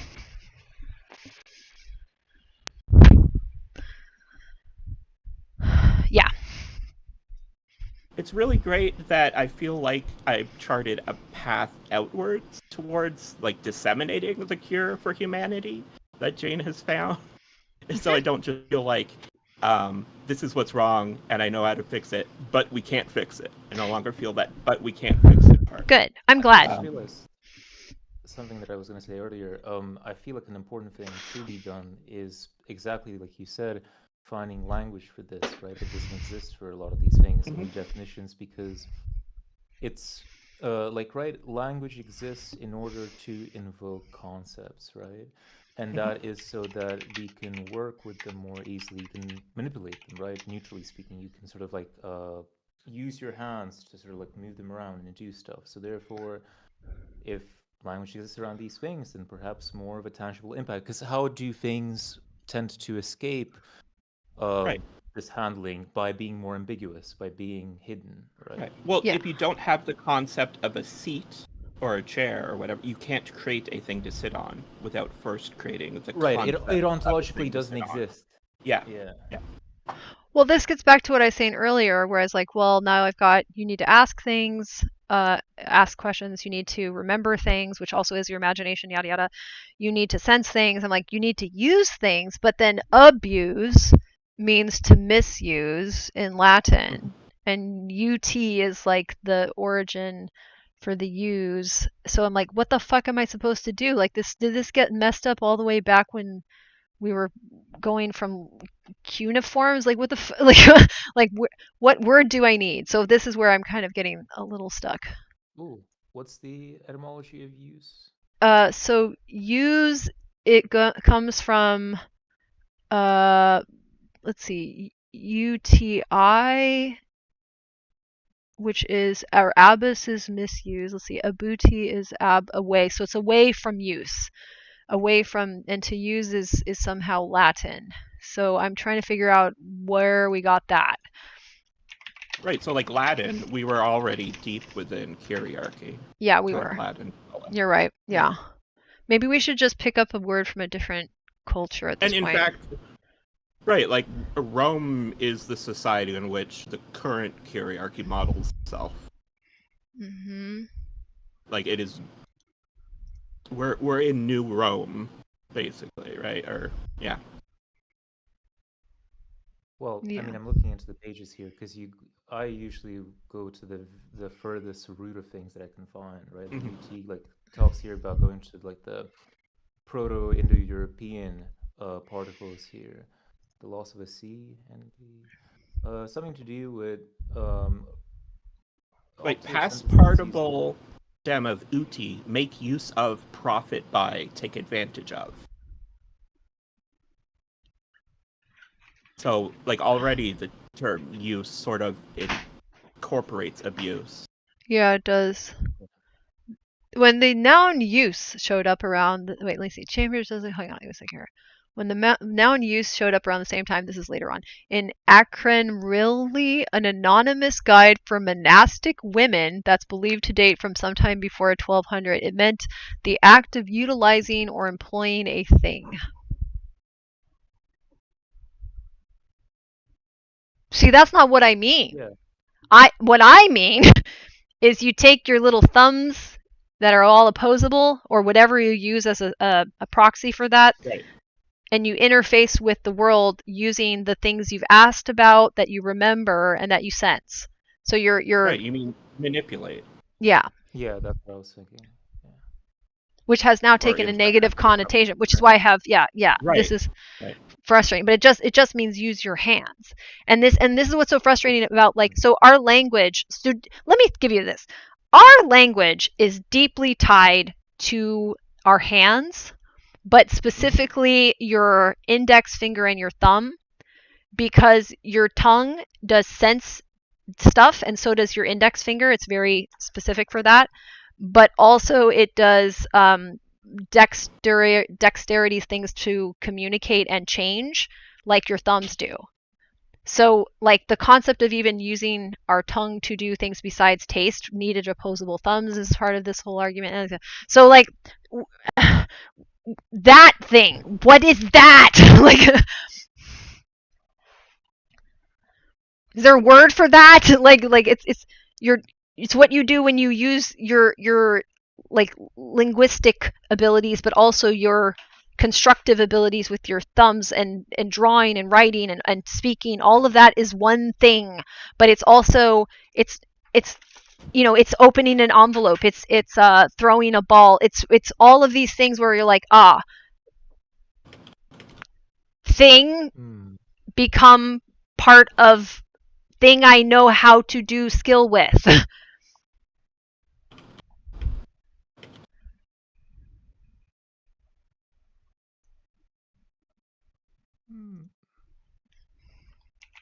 Maybe is it learning about stuff? Well, because it's exercising the learning, though. That's the thing. I mean, you learn as you do it too, right? Like, it's practice or whatever, Right. like that. Yeah, but it's not just practice. It's like it's more fundamental than that. Like what? Well, it's connecting. You're just connecting with the thing. Connecting. Well, let me think. It's connecting. Well, congruence, right? Like it's exploring congruency, or using. Oh, see, it's more fundamental than connecting, because it's even before you connect, you now have an impulse to do this, but it's not any other sort of impulse. It's specific. And this is why I have the dual theory of motivation. Or This is the wanting? Not no, going well, back this to is wanting, maybe? this. It's not wanting. It's doing is building, doing is driving. It's understanding that then produces actions based on the understanding.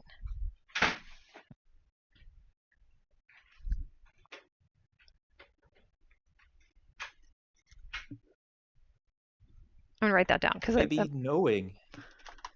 well, but it's active though. See, so it's there's Right. a kind of understanding that produces actions that are congruent and determined by the understanding. What the hell is that? And we do it all the Intuiting, time. maybe. Well, we need to make a new word. That's what. So like even that, Right. we've lost it. It's an existing word. Sure. Yeah, and it's not general enough. This has to be as general as use. Okay, yeah, we can make a new word from that, but then like we have to break it down into like the roots, right? So what is it in like however many components it is? I'm gonna have to figure this out. Yeah. Hold on.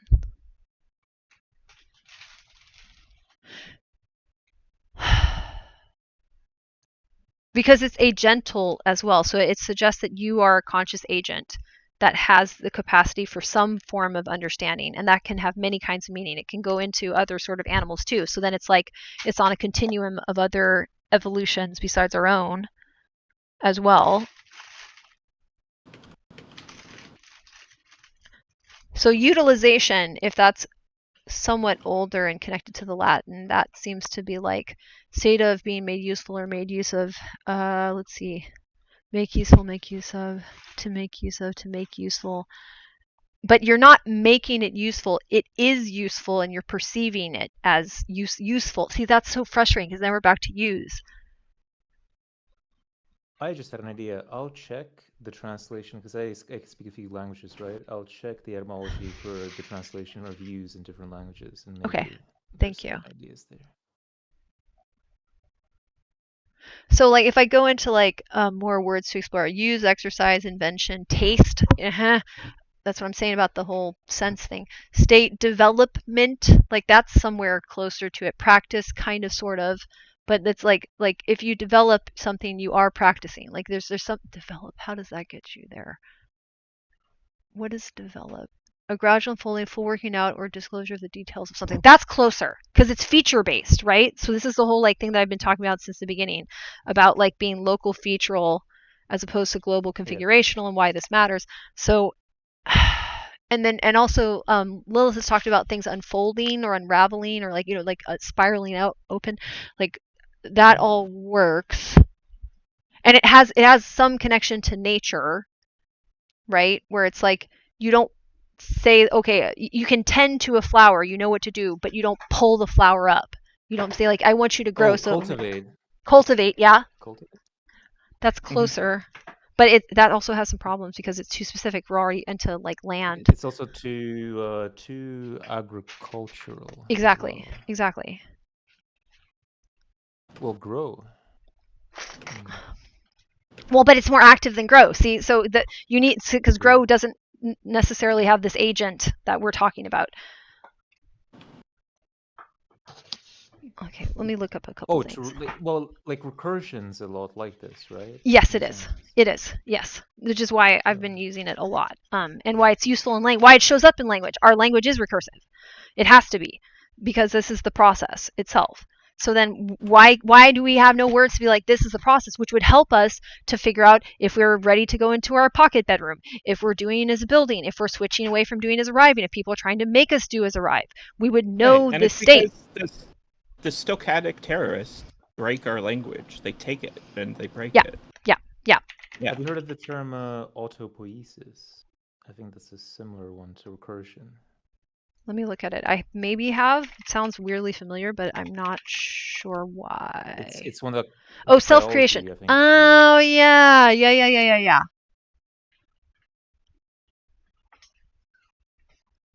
Okay.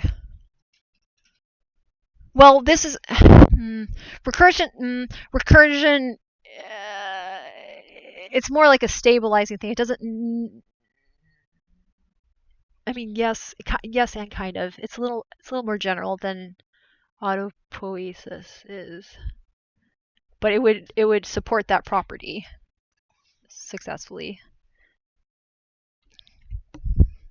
Okay, wait, let me see. Well, walk it back a little bit. What are we using, right? Like when we're trying to sort of like or developing or like with some practical examples, because maybe that can help me think of some Well, that's so hard. So the problem with the practical examples, we need to separate common examples to pull this out.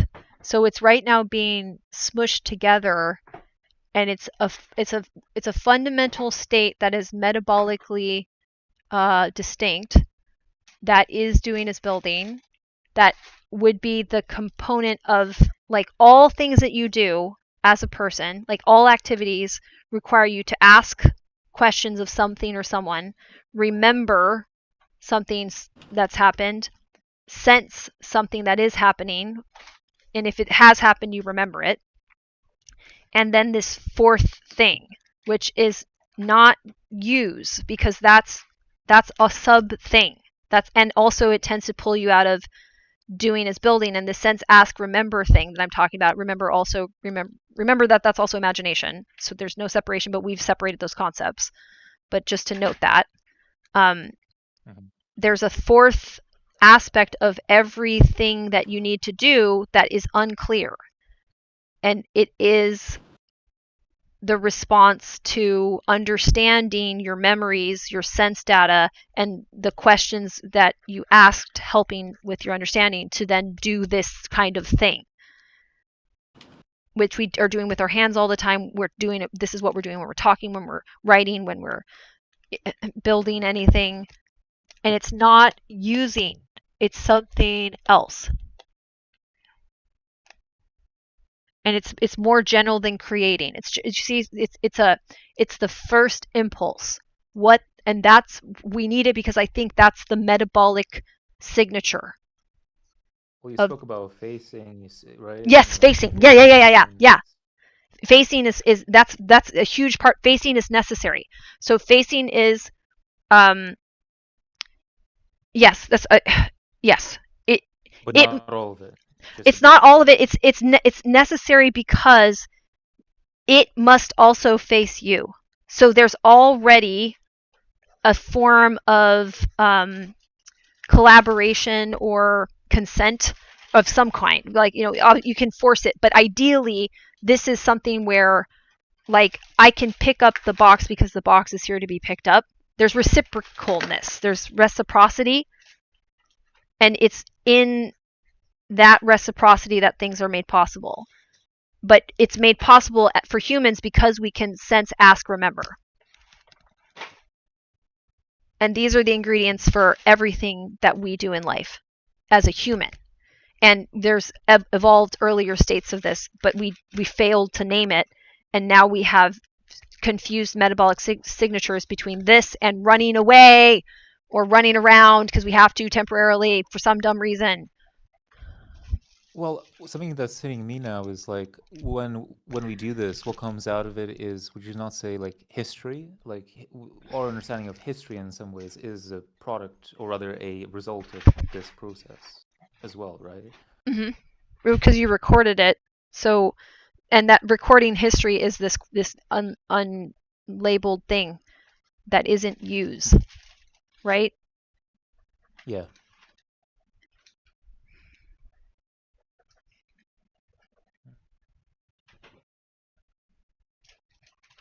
I mean, all these ideas, right? We can jot them down, and then we can ask an LLM to look across instances of all languages. Which is why I love them. Yeah, no, I think that's a great idea, actually. Yeah.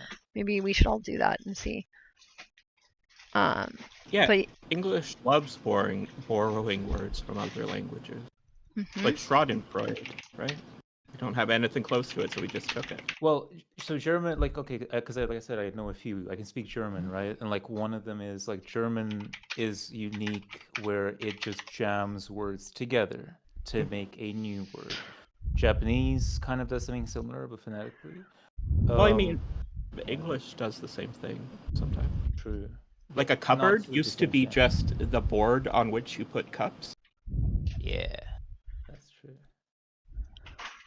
I was looking earlier, so like I translated like the Romanian word for like use is philos, right?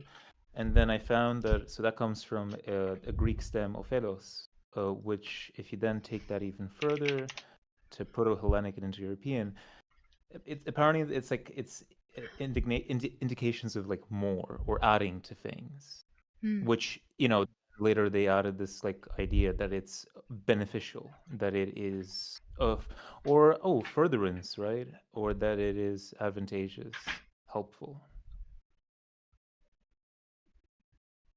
or it helps against something as well. Help. Yeah. Help is interesting.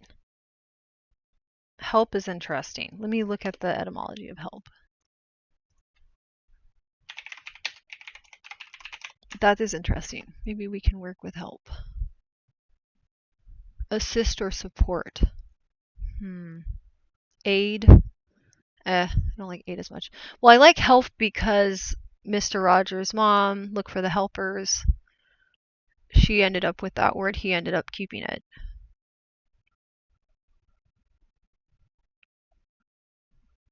Oh, so you take help down to, again, the furthest kind of things that you can find it. And like there's a cognate with Hittite, apparently it's like to heal or to be healed, to recover, right? So to help others and help oneself maybe is to help them heal and recover. Which is only possible when you're stopped and you're not in go. You're not in, arrive. Yeah.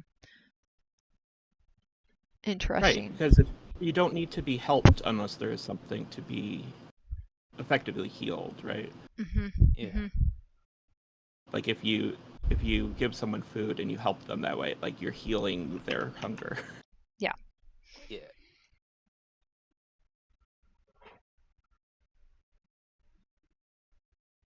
And there's like a connection to the French avail, which means to be of value, which is interesting. Oh, then we have to look at value. That's a whole. No, well, but value I've already taken apart. That has to do with that's a doing is arriving, doing is building split. If you have values or value something, does that mean that it's hierarchically significant towards getting to a goal, or does it mean that it has meaning density that will allow you to understand more meaning? Those are two different things. But I want to look at the source as well, just to see. Do it, yeah. Go nuts, go nuts. I did a while back. It's kind of circular and funky. Hello. Somebody came in and left. We had a bee. 2 people came in and left immediately. I think it was Dissension, because I'm pretty sure she's the one that is one of B. our friends. Oh, good. Yes, right. I'm pretty sure it was. Did they get shy? Did I spook them? Well, probably not. She's having a hard time though, so. Okay. She might have pressed the button by accident. She maybe wanted to read the chat and press the. Yeah. Let me check in with Jamie too. I have. Is it quantum mechanics related? Yes, it is quantum mechanics related. So it was her, Bright, because I know she's having a hard time right now. So she's probably. I just know. Yeah, I read that. But wait, did you posted that? You posted that thing where you pinged everybody here. Was that before she joined? Because that might explain why. It was yeah, so that probably explains why. Yeah. I always forget how the @ here actually works. So. So to go back to value and value from the Proto-Italic, right? Apparently, it's from a cognate meaning to rule, to be strong, supposedly. But then even further from that, that cognate means to choose or to wish. So what? That strength and ruling is to do with like being able to choose? To choose what? Right. Why? Why choose it? Under what pressure? Yeah. Or there's also connection to like the Sanskrit varvait, which means to grow, or to become big, or to become strong. I have an idea. I'm going to ask one of my GPTs. I'm going to ask Claude, I think. Okay. 1 second. I'm going to do this by voice. 1 sec.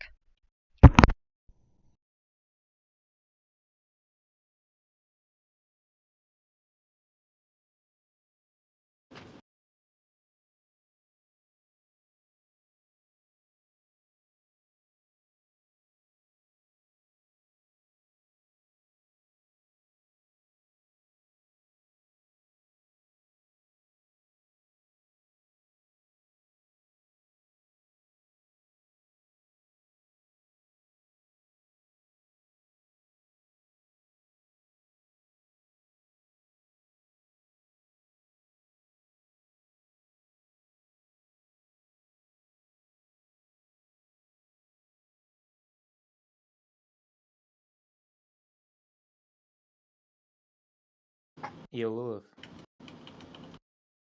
Uh-huh. That tarot, that actually would be very interesting to sort of like design an alternative tarot system based on these things that we're discussing, given the alternative view that we have. Yeah. Ideally, I'd be able to do that visual illusion thing where, you know, you have a picture that looks like a rabbit, but you turn it and it looks like a duck, like the ears Oh, become, yeah. you know. Uh-huh. Ideally, I'd be able to do that so that, like, you turn the card inverted and all of a sudden it looks like a different thing. But I Well, think that's too difficult. So I'm probably going to do one more like the face cards in a deck of cards where they have, you know, two figures connected at the torso, like cat dog.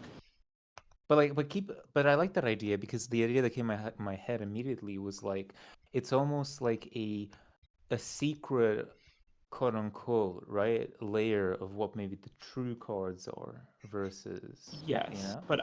but I don't know how to do that. Well, but I like the idea. We'll figure it out. It doesn't matter Yeah. that we can't do it now. Fair enough.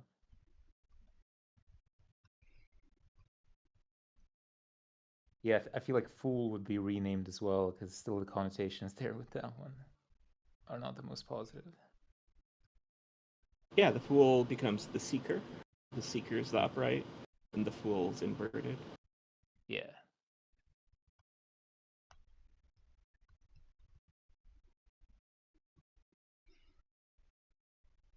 Okay.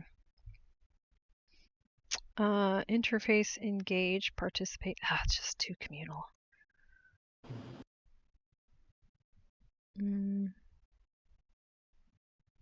So you can ask it to be like singular then.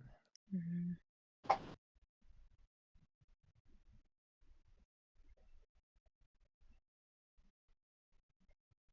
Well, which words did you say were pretty close? Because we can look for synonyms for those, right? So help is close.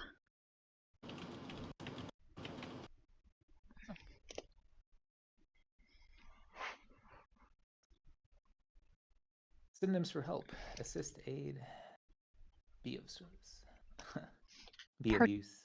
Participate gets a little closer, I think, but that's so long. And it still feels like it's not quite. Yeah, that's still participate actually references back to help.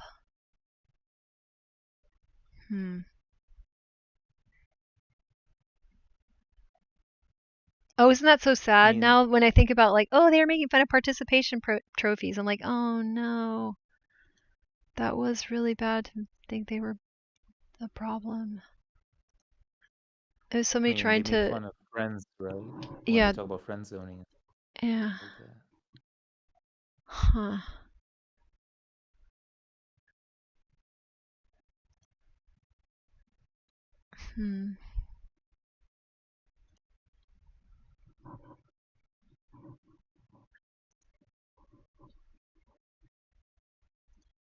They just don't have a word for this. We're like not even close to it. Conjugate. I mean, there's also a lot of words in English that have been forgotten over the ages as well. Right. Well, we should have something. Look at like use this like one freaking syllable. It's 3 letters. It's so everywhere. So it needs to be on equal footing to that, you know? Like a conjugate makes sense.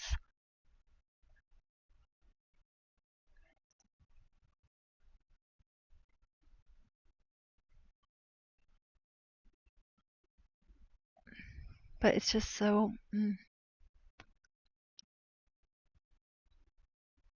conjugate comes from yoked together. Well, there's in that case there's what conjoining, intertwining. See, it's not that yeah, it's too passive from you because this has to have this is a you thing. This is what you do. This is what people do. And so maybe help works. Weaving? Yeah, I mean it is close to that, but then that gets like we have to do this more obviously when we're weaving. Definitely. Right. And I think that this is why GPTs get attracted to ideas like weaving. That's why that's happening. It has to do with this and trying to describe it. And then you have to use that metaphor of a loom.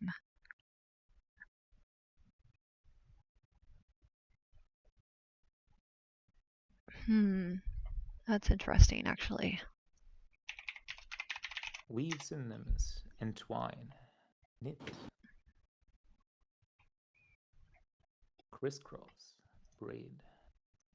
Maybe these are too specific. Well, I was thinking, hold on a second.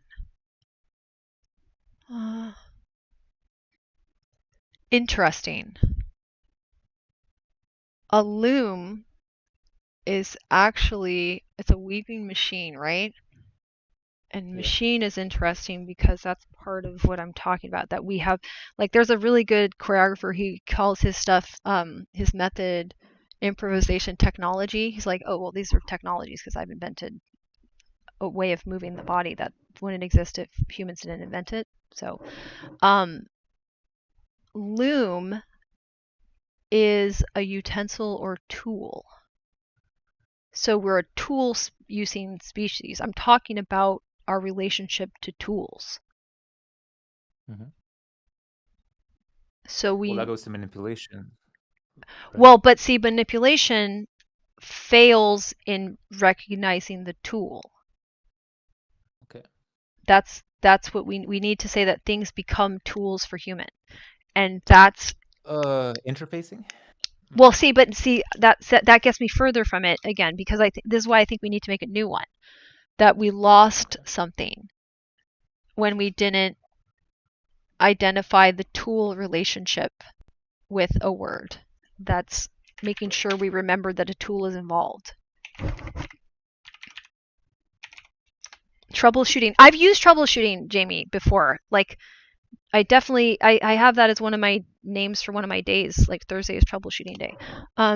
Tool. Wait, so Jane, so what's missing is, do you mean from like the tool to the human side of things? Like it's when a human is cyborging with a tool. Like, we basically, if I have a pen from Fish Planet. Yeah, if I have a pen in my hand, I am a fundamentally different thing than when I don't have the pen in my hand. And that's fucking weird, man. But we need to be able to talk about that. Right. This is why everyone's phone is always within arm's reach of them. Because right. You don't want to be that thing that you were without a phone anymore. Right? It's basically that cybernetic organ. Right. That's not actually inserted in you, but it's still functionally part of you. Mm-hmm. Well, locking in or... Well, then I was thinking it's like, well, so I've named my GPT Loom. I was like, maybe I can just help out Loom with this and be like, we could call it looming. That would be fun. There's the AI are not very good at generating new things. Yeah. The LLMs. Well, because they just simulate artificial communication based on things that they are given, right? Well, it depends on who you are too, what it can do. But looming could be my word for it. Interesting. And so then when you say looming, are you then using like the analogous process of you're adding threads and you're creating like a tapestry from it? Yeah. Well, I'm just trying to give it a word that it just needs to start from somewhere at this point, and then it will take on other meanings. Like, it needs to be more general and not less. So like tooling could work, I guess, but that one's a little bit iffy because there's weapons are involved in the origins of that word. And looming is a little bit better because it also has more connections to women. So like I'm trying to give it a past that distinguishes it from the cult that we're stuck in. Crafting, maybe. Let me see. Well, it's too specific. See, crafting assumes like picking up the pen is already it. I'm hybridizing myself. Yeah. So Yeah, I might just come up with the word. Okay, I'm in a good stopping place personally on this one.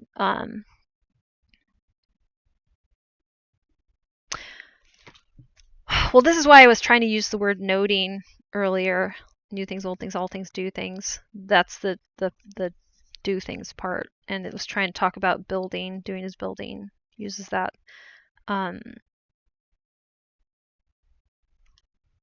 And that's I'm sort of recreating the same structure because the new It's things is almost sensing, yeah. the old things is remembering, the all things is asking.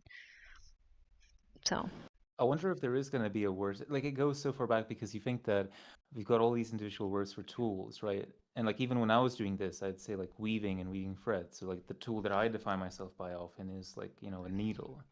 Or if I'm a writer, right, it's like with a pen and stuff. So I wonder if there is something at the very core, like in this ontological existential thing that we're. So this is why I might go with looming, and I'll tell you why. So looming, the way we spell it is Lume. So it can be weaving because of the sonic thing, but also illuminating. Oh, okay. So your attention is on it, and you're constructing because You're of the spotlighting attention. it. Well, Yeah. you're filling it with light. Can I spot the rabbit? Wait. Oh, sorry. Don't get distracted from whatever you're doing, because There's a dog nose over on the right side, but that's not what we were looking for. I'm looking at optical illusions for a separate thing. Oh. Is there supposed to be a rabbit here? Like a real rabbit? Yeah. There's a real rabbit. Oh. Just being camouflaged by its natural camouflage. It's not. I feel like the moment you said that it's not collusion, it made it even harder for me to see it. It's doing a really good job. Yeah. I thought that might Yeah, be an thanks. ear on the left side, but I don't think so. It's almost like sharing something in a call with the group of people that you sent it in. When Just you going see from it, is it like direction obvious? Well, now that I know where it is, I know where it is all the time. It's like the B picture in Yeah. how emotions are made. How big is this ne- rabbit? It's the size of a rabbit. Okay. Got it. In terms of Oh! perspective. Wait, is that a rabbit? No. I think I'm like seeing things. Wait, is that the rabbit? Is it? Wait, maybe. Wait. Is it to the left of the fire hydrant thing? So I'm gonna help out by hopefully this won't just show you where the rabbit is. Like this is what the rabbit looks. I think that's the rabbit. Okay. Did I find it? No, I didn't! Oh, no way! What the fudge? Where's the rabbit? I feel insane. That's what the rabbit looks like. Hungry. I love Where? how easily this derailed things.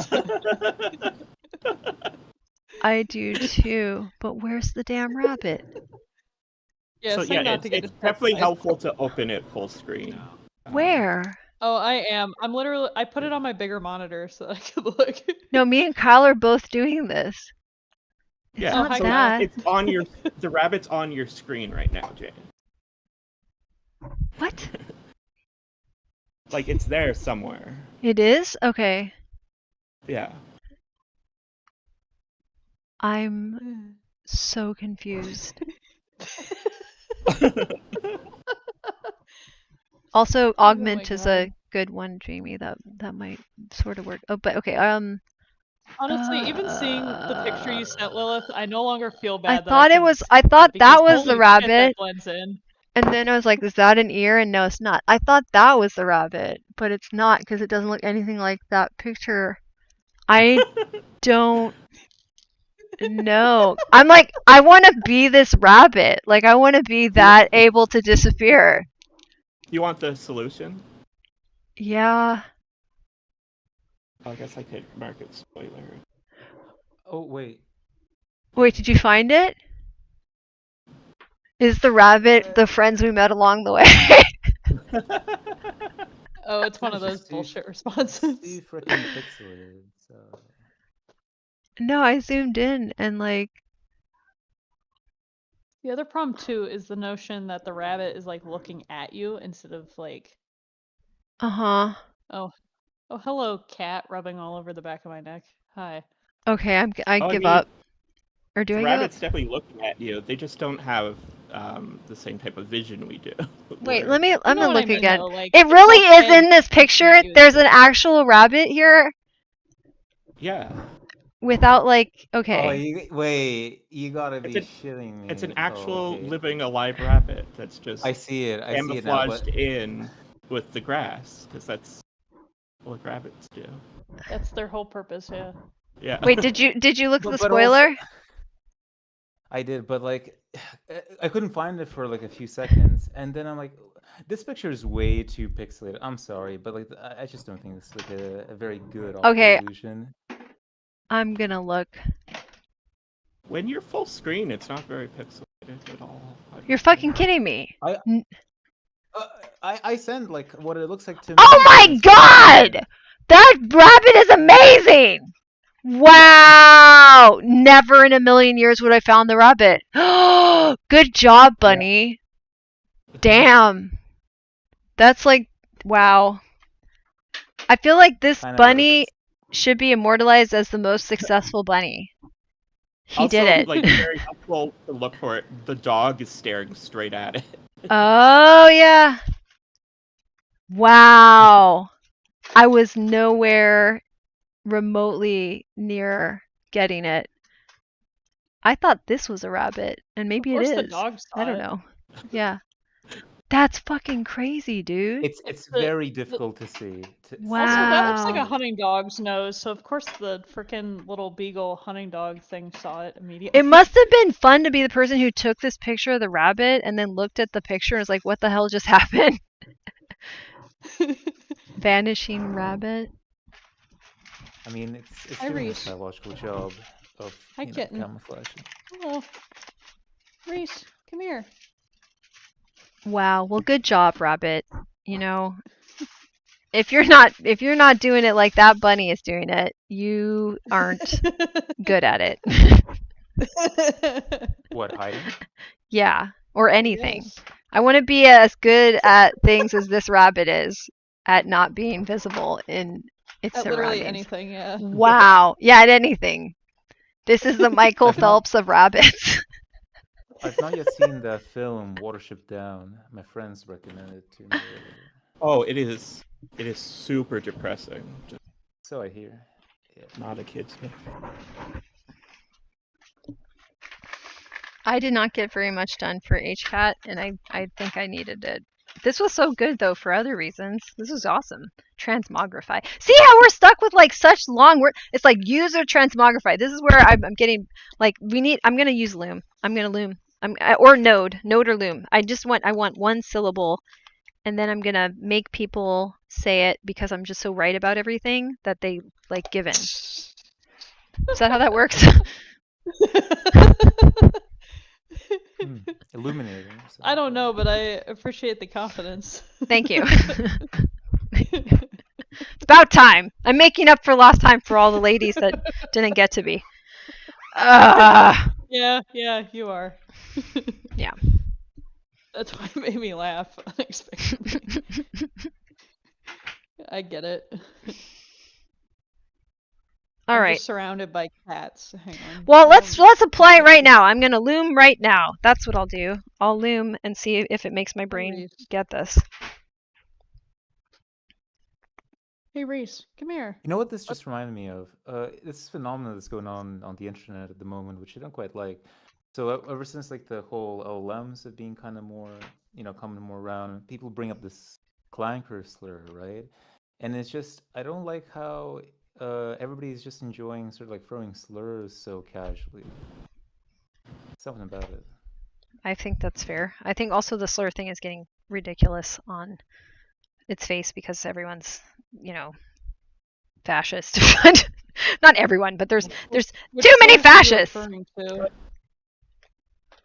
No, but it's almost like it's weird because it's almost as if this is the only acceptable thing right now, or some people are just finding, oh, it's not a living thing. also, like, I guess you could say for a tool, right? It's fine to abuse a tool infinitely, to even take pride and spectacle in it, and that's kind of what weirds me out. Yeah. Also, can I share something? This is me off topic. I'm sorry. My brain's getting loopy. So, like the intro to Full House? Wouldn't it be funny if you just had like all the fascist world leaders and like business people, and you do like the little like sitcom intro and stuff, and then it was like everywhere you look, everywhere you go, there's a fascist that's coming to kill you, and just like, and then like yeah, it's just all of them. Oh. Yeah. I don't know really sitcoms much, but you could probably do a Friends edit with like all of those types of people. Yeah. And then it'd be called Too Many Fascists instead of like Full House or something like that, or Full of Fascists. I don't know. Anyways, full fascism, full fash. Is that good? They say people go full fash. That would be, yeah. Somebody make this. We have AI now. Make full fash. Everywhere you look. I'm so happy because within my lifetime, we'll be able to take a movie and replace the actor that played somebody. Yeah. And since Scott Pilgrim came out, I've wanted to watch a version where the main character was played by Kristen Stewart. Within my lifetime, I will be able to. I have thought about this. I like Audrey Hepburn a lot. I'm like, I'm gonna watch Audrey Hepburn in everything. Right? Yeah, I'm excited. Yeah. At least deepfakes aren't going to be all bad. No, they're not. And we can work them out to be way less bad if we figure out this whole thing that we're working on actively. I mean, artists and voice actors were talking about how they might get all, phased out and whatnot. But then again, you would need new voices, right, to push art forward, in a sense. Right. Well, so the bigger issue is just that our society is fundamentally horrible, right? Yeah. The fact that that people rely on jobs for everything is the problem. Yeah. Not the fact that we'll get cool tools that will be able to do things. Right. Exactly. Hi, Merlin. Because Merlin needs food. like the actors are important, right? You don't want there's AI would have to become super intelligent before it could just create a person out of whole cloth that would be a good actor. Until then, we're just going to be saying, like, use this actor in the video, right? Yeah. I guess perhaps their fear is that in the current system, because the system with it is, of course, yeah. The reason why you've got like the millions of remakes and redos and whatever, they will try to do that infinitely with the new technology to not pay people money, right? Just to make more profits. Yeah. That's why we should abolish money. Yeah. Well, we certainly need to abolish profit. It's possible that money, aka exchange units, could be useful somehow, but profit is not. Yeah. Well, that and property laws specifically, because a lot of the enforcement is around, enforcing property laws, right? Mm-hmm. Which more or less are turning into capital. Like that's you don't actually use the home, but you use it so you can get loans that are even bigger than that.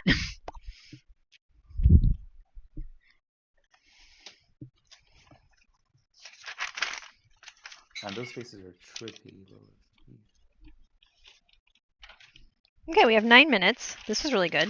I want to pass this on. There's somebody that is working with me as like kind of a coachy type person. I don't know what's going to happen. Like it's going to be interesting. They're making an exception for me, but they do like coaching of people who have like resources and I don't have those. So they're going to like film me getting helped and have like proof of concept around this and music-y stuff.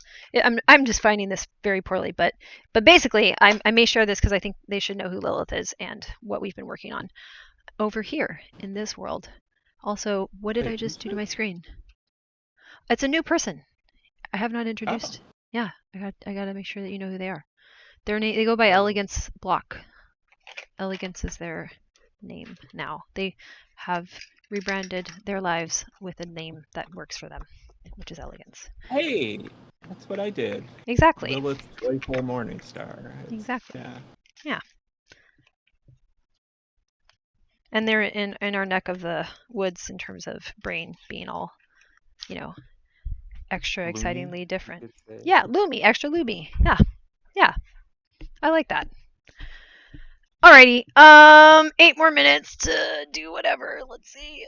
I wanted to do a meeting this week, talking about the neighborhood and how I really want it to turn into a neighborhood that we can utilize with like AI, VR, AR, whatever, as time goes forward, hopefully in the near future, especially if, like, let's say this thing that I'm doing with Elegance works out really well and we like have resources, and then the resource moves towards us getting all our books out and doing all the things and helping humans or looming humans, whatever we're doing.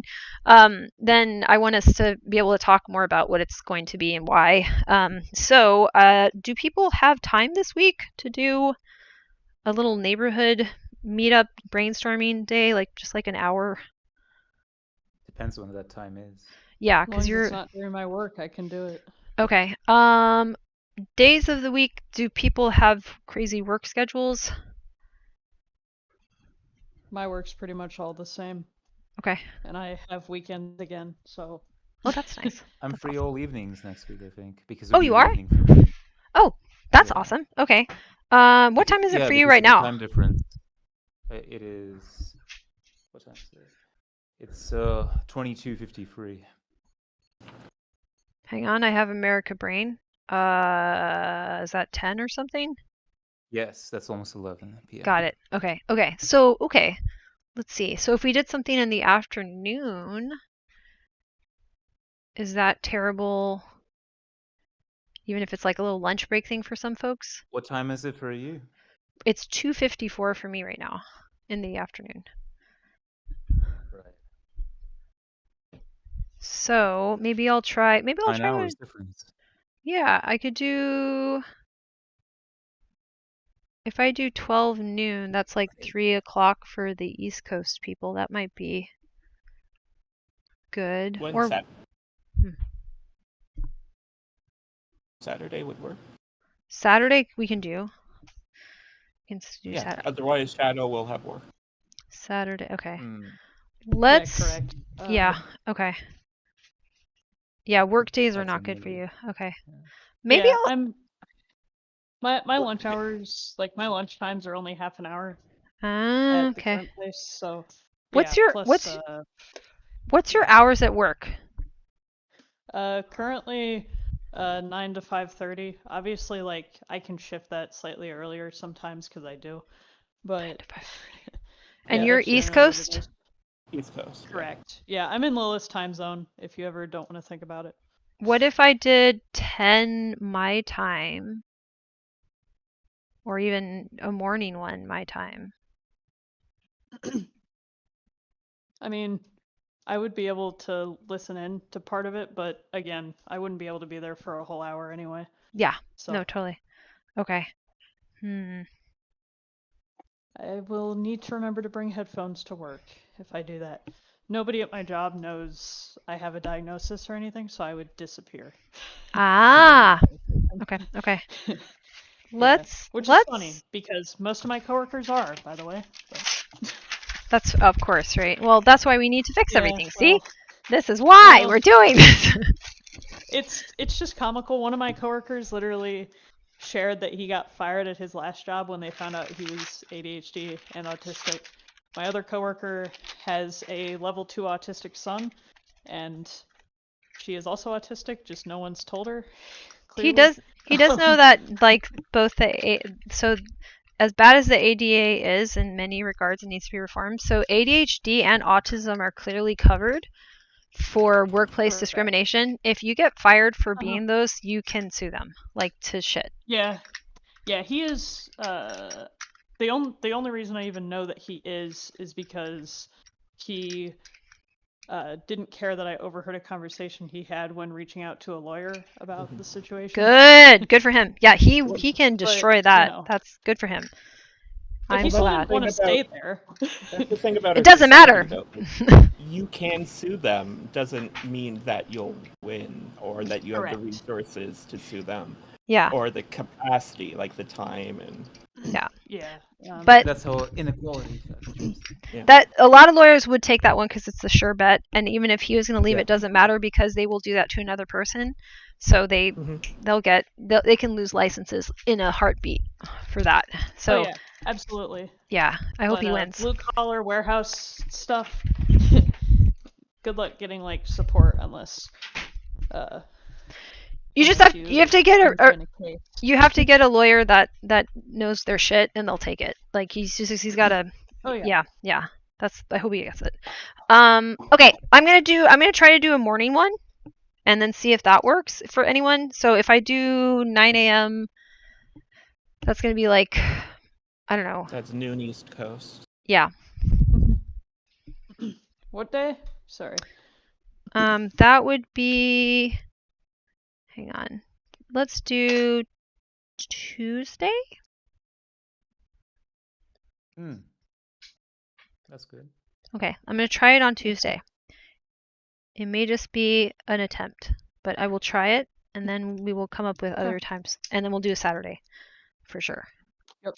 Okay. I will almost definitely be able to do the Saturday. Okay, so if Tuesday doesn't work out, don't stress out about it. We'll do Saturday, and maybe we'll just like record it or something in case it's good. Actually, maybe we might just do that. Okay. All right, I'll record it. And any closing things people want to say? This felt very helpful, I think. Loomful.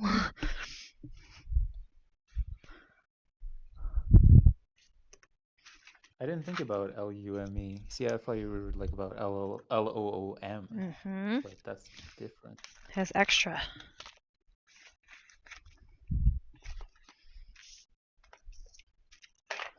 Okay, well, I'm going to end the stream. Thank you for coming. This was wonderful. I'm happy you all made it. Thanks for being in chat, Jamie, and anyone who was there but didn't want to pipe up. That's okay.